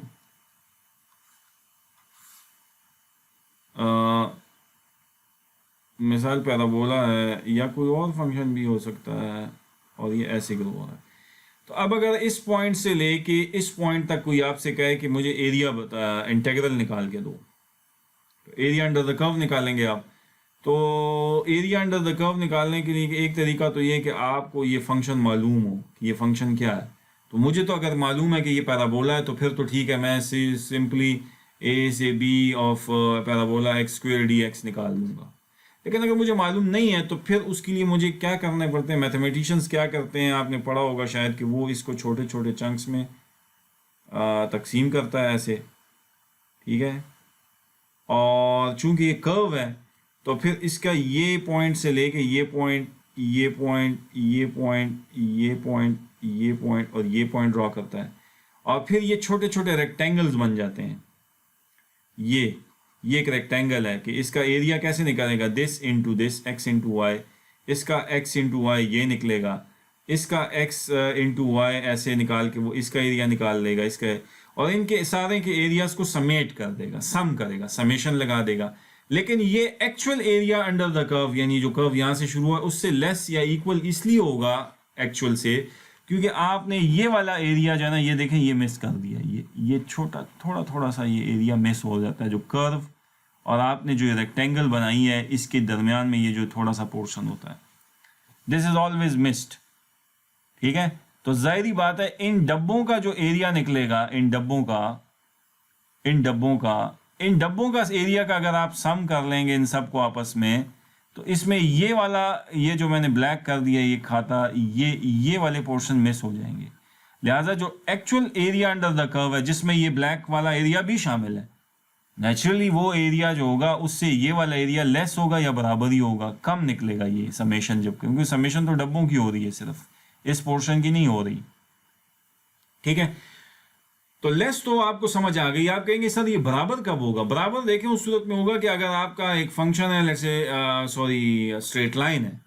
तो स्ट्रेट लाइन भी एक किस्म का मोनोटोनिकली इंक्रीजिंग फंक्शंस में आता है। लेकिन स्ट्रेट लाइन जो है ना वो ये देखें ऐसे है, तो अब आपका इस पॉइंट से लेके इस पॉइंट तक अगर आपने मुझे एरिया अंडर द कर्व मालूम करना है, तो अब आप क्या करेंगे? इसका तो स्ट्रेट ये है कि आप इसकी स्ट्रेट लाइन यहाँ लगाएं और सीधे सीधे चंक्स बना लें, लेट्स से छोटे, और अब आप इनका तो इसका एरिया निकालना आसान इस तरह है कि जब आप ये लाइनें ऐसे ड्रॉ करेंगे तो ये जो छोटे चंक्स हैं ना, इनका एरिया भी निकल आएगा। क्यों? क्योंकि ये छोटे चंक्स पूरे रेक्टेंगल्स हैं, सॉरी ट्राइंगल्स हैं। ये डब्बा तो रेक्टेंगल हो गया, लेकिन ये जो आपने स्ट्रेट ये और ये लाइन और ये परपेंडिकुलर ये जो आपका थर्ड साइड है इसका, ये स्ट्रेट लाइन है ना, तो लिहाजा ये कर्व तो नहीं है ऐसे कोई, तो इसलिए ये एरिया भी आपको एग्जैक्टली मिल जाएगा। तो आप इन सब एरियाज को भी जमा करके आप एग्जैक्ट उसके बराबर पहुंच सकते हैं। ठीक है, मेरी बात समझ आ रही है? तो उस सूरत में इसको भी आप जमा कर सकते हैं, तो इक्वल भी हो सकता है। बहरहाल के हमने उस डिबेट में ज़्यादा नहीं जाना, ये चीज़ वेल प्रूवन है मोनोटोनिकली इंक्रीजिंग फंक्शंस के लिए। ये जस्ट मैंने आपका जो है ना थोड़ा सा मैथमेटिकली चीज़ों को कैसे समझते हैं हम उसकी तरफ आपको सिर्फ इशारात किए हैं। बहरहाल हमारा मकसद सिर्फ इस कानून को, मैथमेटिकल कानून को यूटिलाइज करना है in the analysis of the you can say quicksort. ठीक है, तो अब जब ये कर लिया तो अब f of x is equal to x log of x मेरे पास मैथ्स में एक फंक्शन है जो कि भी मोनोटोनिकली इंक्रीजिंग फंक्शन है। अगर ये मोनोटोनिकली इंक्रीजिंग फंक्शन है तो फिर जाहिर बात है ये थ्योरम इस पे भी अप्लाई होगा ऊपर इनइक्वालिटी। तो अब आप उसको पुट कर दें, आप f ऑफ x अगर आप कहते हैं कि क्या है आपका x log of x natural log of x, तो f ऑफ q क्या होगा? q log of q। तो अब आपने जो साबित करना था वो क्या करना था कि q log ऑफ q जो आपका इधर था ना असल में, जो इसको हमने अब सॉल्व करके चलना है, तो अब आपने क्या कहा उसको कि f ओ इसमें पुट कर दें आप कि जनाब ये f of i c q log of q for q 2 to n minus 1। ठीक है ना जी, यानी a और b की जगह उसने ये लिखा है, तो इधर a की जगह 2 है तो फिर इधर भी 2 होगा फॉर्मूला में, और n minus 1 है वहाँ, b minus 1 और b है, तो यहाँ अगर n minus 1 है तो फिर यहाँ n होगा, और फंक्शन f ऑफ i जो है वो q log ऑफ q है, तो इन टर्म्स ऑफ x अगर होगा तो इधर फिर x log ऑफ x लिखेंगे, और इन टर्म ऑफ q होगा तो q log ऑफ q कहेंगे, d ऑफ x। तो कहता है ये जो चीज़ आपकी निकलेगी ना, this should always be less than और इक्वल टू दिस। ठीक है, यानी actual area under the curve of this function से ये चीज़ कम ही निकलेगी। यानी कहने का मकसद ये है कि s ऑफ n के लिए अपर बाउंड ये बन गया। ठीक है, s ऑफ n के लिए अपर बाउंड क्या बन गया? ये integral from 2 to n x log of x। और अगर ये बन गया तो आप मुझे बताइए s ऑफ n आपने इसकी वैल्यू जो ये है ये यहाँ पुट करेंगे कि नहीं? आप टोटल रिकरेंस रनिंग टाइम जब आप निकालेंगे इसका, अब तो हम सिर्फ इस पोर्शन को सॉल्व करने के चक्कर में ना कि ये क्या है, तो वो जो भी वहाँ से आएगा उसको हम इस हिस्से में प्लग इन करेंगे, और जो इससे टाइम निकलेगा उसका अपर बाउंड वही निकलेगा जो होगा, जो फंक्शन इससे निकलेगा। क्यों? क्योंकि हम यहाँ कह चुके हैं कि एस ऑफ एन के लिए अपर बाउंड जो है वो ये चीज़ आपकी होगी। तो हमें अभी इससे जो भी जवाब मिलेगा इस इनइक्वालिटी से, वो जो जवाब होगा वो मेरे लिए टाइट अपर बाउंड फिर होगा। ठीक है ना जी। अच्छा, अब आ जाएं, तो अब हमने ये चीज़ तो हमने नहीं इसको कर सकते कि प्लॉट करें और फिर उसके जो है ना चंक्स, तो हम direct area under the curve अगर इसका निकालने का फॉर्मूला हमें आता है, जो कि हमें आता है मैथ्स में, हम समझते हैं कि x और log ऑफ x का अगर हम इंटेग्रल लें तो हमने इंटेग्रेशन बाय पार्ट्स पढ़ी हुई है, तो वो हम यहाँ अप्लाई कर सकते हैं। वो क्या है कि आप इन दोनों में से किसी एक को फर्स्ट फंक्शन ले लें, एक को सेकंड। वो क्या है कि first function into integral of second function minus integral of second function into derivative of first function. तो जब ये काम आप कर लेंगे इस पोर्शन पे, तो इससे जो जवाब आएगा उसको आप फिर पिछली स्लाइड में इधर पुट कर देना, क्योंकि इसके लिए अपर बाउंड क्या है? ये है, क्योंकि ये वही चीज़ है ना जो हमने पीछे से लाए हैं, और उसके लिए अपर बाउंड ये चीज़ है। ठीक है, तो अब हम ये जो है ना इस इंटीग्रेशन बाय पार्ट्स को जो है ना सॉल्व करने की जो है ना वो कोशिश करते हैं नेक्स्ट स्लाइड में। तो अब ये देखिए, मैं इसको उसी को लेके चलता हूँ, ये मेरा, इसमें हम जूम कर लेते हैं फर्स्ट फंक्शन आसानी की खातिर अपना log ऑफ x को, और x को हम लेट्स से सेकंड फंक्शन ले लेते हैं। तो first function into integral of second function, तो फर्स्ट फंक्शन तो एज इट इज मैंने लिख दिया, integral of second function x का होता है x² by 2। ठीक है, बात समझ आ रही है? माइनस क्या है? Minus integral of second function into derivative of first function. तो माइनस इंटेग्रल, इसको वाइट बोर्ड पे कर लेता हूं मैं, चलें कि माइनस, ठीक है, minus integral of second function into derivative of first function. तो आपका जो है ना इंटेग्रल क्या है? इंटेग्रल ऑफ सेकंड फंक्शन जो आपका x है into derivative of first function, ठीक है, ये आपने कहा हुआ ना। अब ये जनाब आपको पता है कि इससे तो आ जाएगा आपके पास x²/2 और इंटेग्रल इनटू और डेरिवेटिव ऑफ इसका जब आप लेते हैं तो वो आपको पता है कि 1/x है। अच्छा, अब आप इसमें इसको इक्वल टू 1/2 को बाहर कर लें, दोबारा x² इंटू 1/x d(x) हुआ, ये एक किससे कैंसल आउट हुआ, तो ये हो गया 1/2 इंटेग्रल ऑफ x d(x), और ये आया इससे दोबारा आपने जब इसको सॉल्व किया तो 1/2 इंटू x²/2, ठीक है ना जी, which is equal to x²/4, इससे आपका आ गया, ठीक है, जो कि उसने आप स्लाइड्स पे देखें, इसने डायरेक्टली यहाँ पे उसका जो जवाब है वो यहाँ लिख दिया है, ठीक है ना जी। यानी कि वो जो इंटीग्रेशन बाय पार्ट्स का जो फॉर्मूला है उसमें first function into integral of second function minus integral of second function into derivative of first function से ये चीज़ आ गई आपकी, ठीक है। अब आपको पता है इंटीग्रेशन में कि आप क्या कहते हैं, अपर लिमिट पहले पुट करेंगे इसमें, इस सब में, फिर लोअर और उसका डिफरेंस ले लेंगे माइनस करके, तो बाद वो आप इसमें पुट करें, ये जनाब n जब पुट करेंगे तो ये n²/2 into log of n minus n²/4 minus 2 log of 2 minus 1। और आप मुझे बताएं कि इस हिस्से से कुछ ये घट रहा है, तो इस हिस्से के लिए अपर बाउंड ये खुद हो सकता है, ये n²/2 log of n minus n²/4 हो सकता है ना। तो इसका मतलब है कि ये इसके लिए अपर बाउंड है, तो लिहाजा मैंने चूंकि upper bound, tight upper bound proof करना है जो ना एवरेज केस में भी, एवरेज केस में मुझे जो ना आप टाइम ज़रा बताएं ना एग्जैक्टली कि कितना टाइम लगता है, तो उसको देखने के लिए अब आप क्या करें कि इस चीज़ को, यानी ये जो टाइम आपने निकाला है ये n²/2 log of n minus n²/4, ये इसको तो आपने इग्नोर कर दिया, क्यों?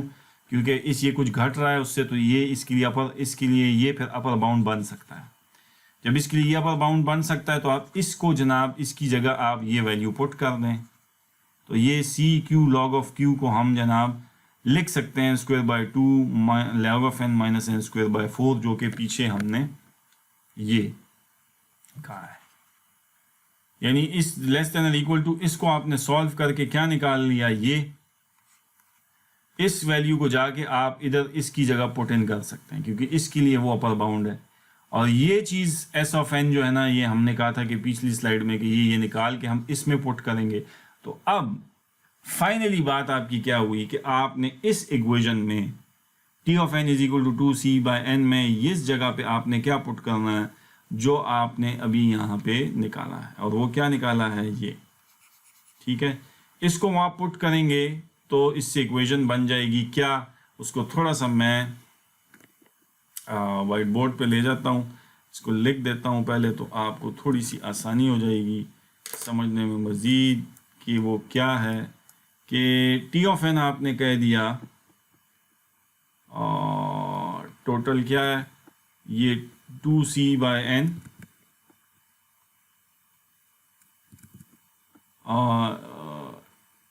इनटू q इज इक्वल, इधर एक second, q is equal to 2 से लेके n-1 तक, और क्या है q log of q और प्लस n प्लस 4/n, ठीक है।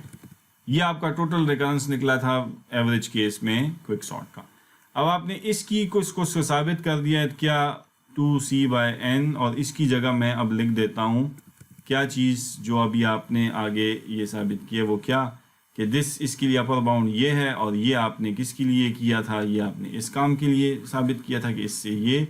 ये इसके लिए अपर बाउंड है और उसका अपर बाउंड आपने जो है ना वो नेक्स्ट स्लाइड पे निकाल दिया है, और वो क्या है, N square by 2 log of N square by 2 natural log of N minus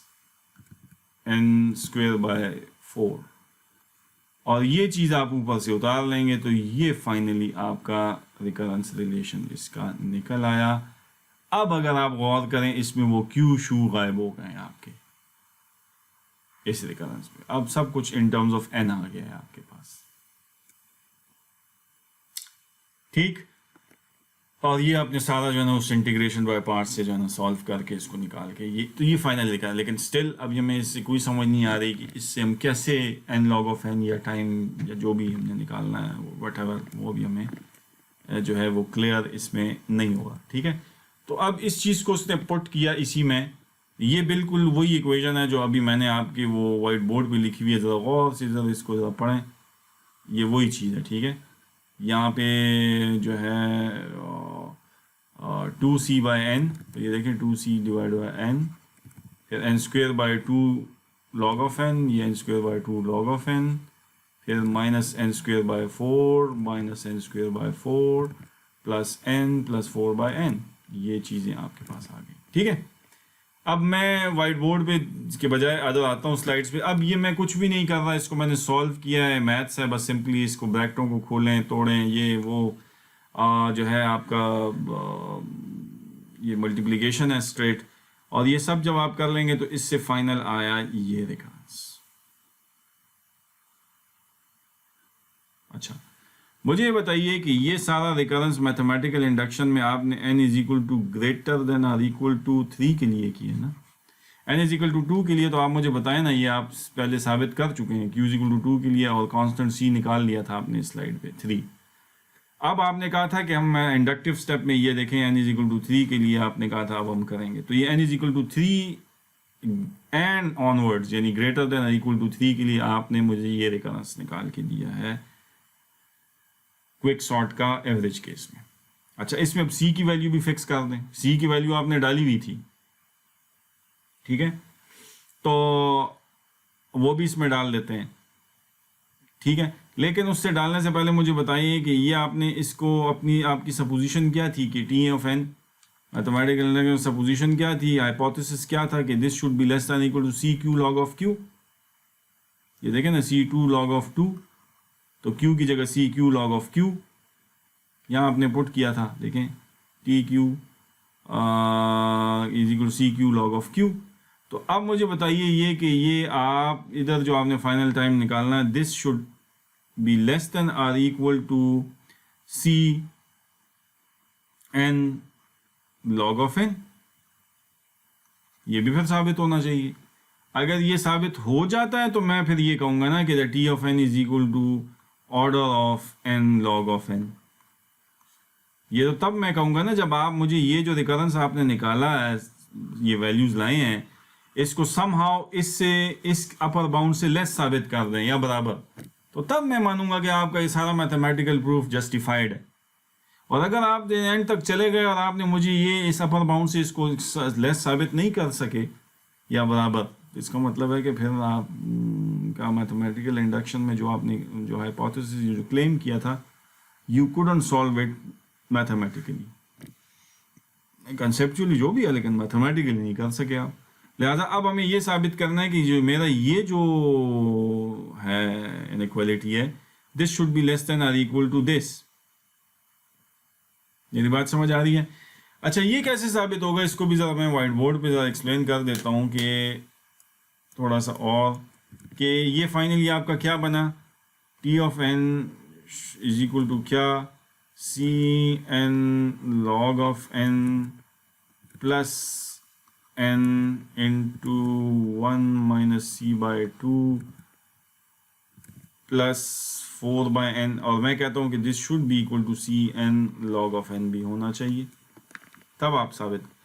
अब मुझे बताएं c N log of n दोनों तरफ मौजूद है कि नहीं? सेम है ना? तो अब ये इसके सेम है, ये इक्वल लेस और इक्वल कब साबित होगी, जब आप मुझे ये वाला पोर्शन लेफ्ट साइड पे नेगेटिव साबित कर दें। नेगेटिव का मतलब ये होगा कि वो C N log of N से माइनस होगा, तो फिर माइनस होने के बाद तो वो लेस और इक्वल टू होगा ना अपनी आप से। जब ये नेगेटिव वैल्यू होगी ये वाली और वो इससे घटेगी C N log of N से, तो जाहिर बात है फिर C N log of N से ये कैसे बड़ी हो सकती है या बराबर हो सकती है।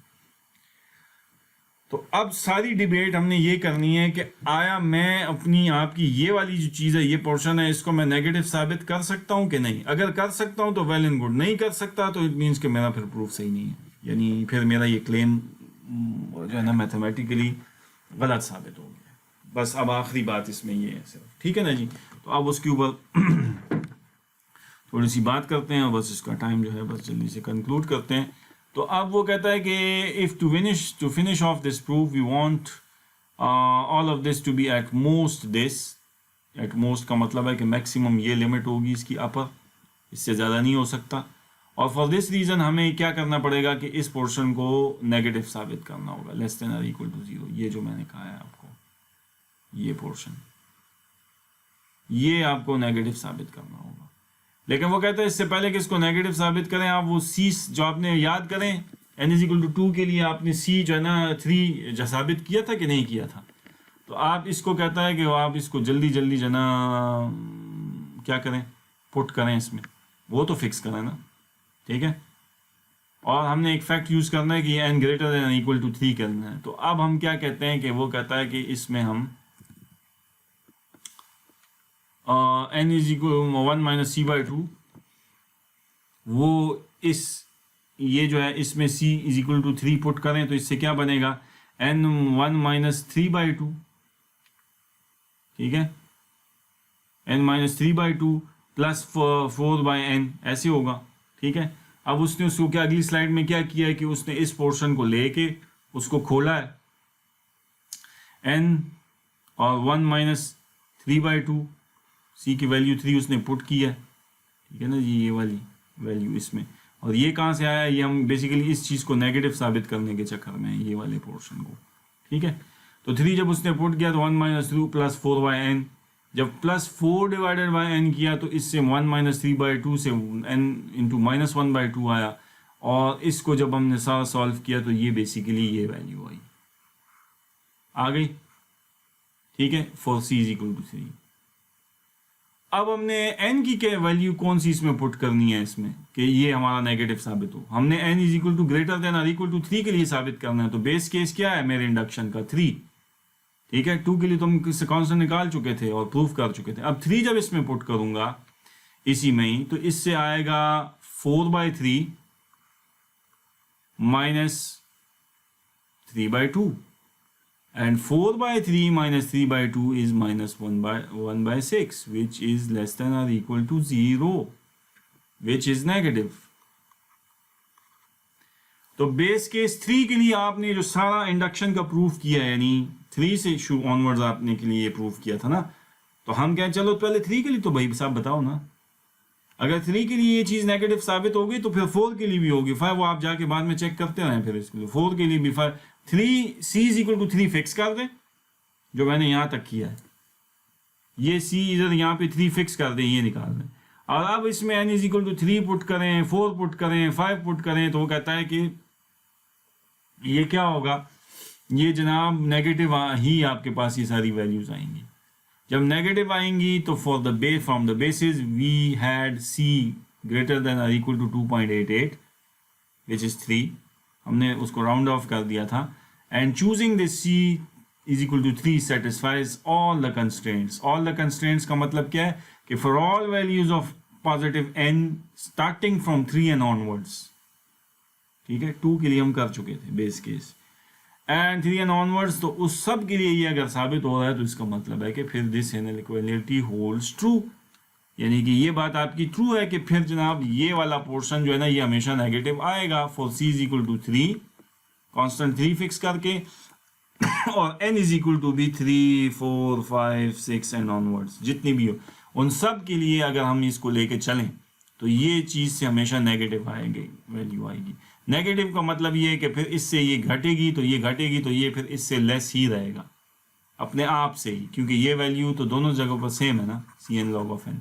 तो ये अपने आप से ही फिर छोटा होगा, क्योंकि जब आपने ये पोर्शन नेगेटिव साबित कर दिया, जब ये नेगेटिव साबित कर दिया and it is true for all values of N greater than equal to 3, ठीक है ना जी। तो इसका मतलब है कि आपका जो ये प्रूफ है जो यूजिंग मैथमेटिकल इंडक्शन आपने किया है दैट स्टैंड्स ट्रू, और आपका जो सपोजिशन थी, आपका जो हाइपोथेसिस था कि मेरा कि T n should be less than और equal to C N log of n, यानी उसका अपर बाउंड एवरेज केस में इससे ज़्यादा नहीं बढ़ता, वो क्लेम आपका कहते हैं बाय द वे ठीक है। लिहाजा जब ये ठीक है तो 3n log ऑफ n उसने c की वैल्यू पुट की, और दिस बिलोंग्स टू कहता है theta n log of n in the average case. So that's it. ये जो है ना थोड़ा सा मामूली सा ये लेक्चर थोड़ा हमारा आगे बढ़ गया, ज़्यादा टाइम इसने ले लिया। उसकी वजह ये थी कि थोड़ा सा इसमें जो है काम था from the point of view of analysis, थोड़ा सा एल्गोरिथम इसका एनालिसिस थोड़ा सा ट्रिकी था, स्पेशली ये जो एवरेज केस का। तो आई होप कि आपको समझ आ गई होगी, बट स्टिल अगर आपका इसमें किसी जगह कंसेप्चुअली, तो आई एम श्योर कि आपको कंसेप्चुअली तो मेरा ख्याल है सब समझ आ जाएगी। हाँ, अगर आपका किसी का बैकग्राउंड मैथ्स का थोड़ा वीक है, तो जो ये जो मैथ्स इसमें इन्वॉल्व है और जो मैंने थोड़ा सॉल्व करने की कोशिश की है, और वो इसीलिए की है कि अगर किसी का मैथ्स वीक है तो वो उसको समझ आती जाए। अदरवाइज स्टिल अगर मैं इसको बहुत ज़्यादा पेपर पे बैठ के आपको वाइट बोर्ड पे सब कुछ करके देता तो फिर ये लेक्चर तो 2-3 घंटों तक जा सकता था। लेकिन आपको तो चीन के मोटी मोटी चीज़ समझानी थी और मोटा मोटा मैथ्स समझाना था जो इसमें यूज़ हो रहा है, और उसको फिर मैंने जहाँ जहाँ थोड़ा सा कोशिश की है तो सॉल्व भी किया है वाइट बोर्ड का सहारा लेके। तो आई होप कि आपको ये एनालिसिस समझ आ गया होगा कि वर्स्ट केस में the running time of quicksort was supposed to be order of n square and it was proved as order of n square mathematically। फिर हम एवरेज केस पे आए तो कंसेप्चुअली हमने उसको साबित किया कि it should be big of n log of n in the average case का अपर बाउंड ये होना चाहिए। तो जब उसको हमने मैथमेटिकली भी उस सपोजिशन को यूजिंग मैथमेटिकल इंडक्शन लेके चले और अल्ट्रेशन का जो मेथड है उससे हमने किया, तो उससे भी यही निकला जो हमने कंसेप्चुअली इसको साबित किया था, और वो क्या था कि big of n log of n। तो अब मुझे यहाँ पे लेक्चर रोकने दीजिए और मुझे इजाज़त दीजिए। अगर आपके कोई क्वेश्चंस हुए इससे, तो फिर लाइव क्लास में हम इंशाल्लाह मुलाकात करेंगे, और वहाँ पे फिर आप मुझसे डिटेल में कोई भी जो चीज़ है या कोई भी पॉइंट ऐसा जो आपको समझ नहीं आया तो वो आप मुझसे वहाँ पर पूछ सकते हैं। तो तब तक मुझे इजाज़त दीजिए। अस्सलाम वालेकुम।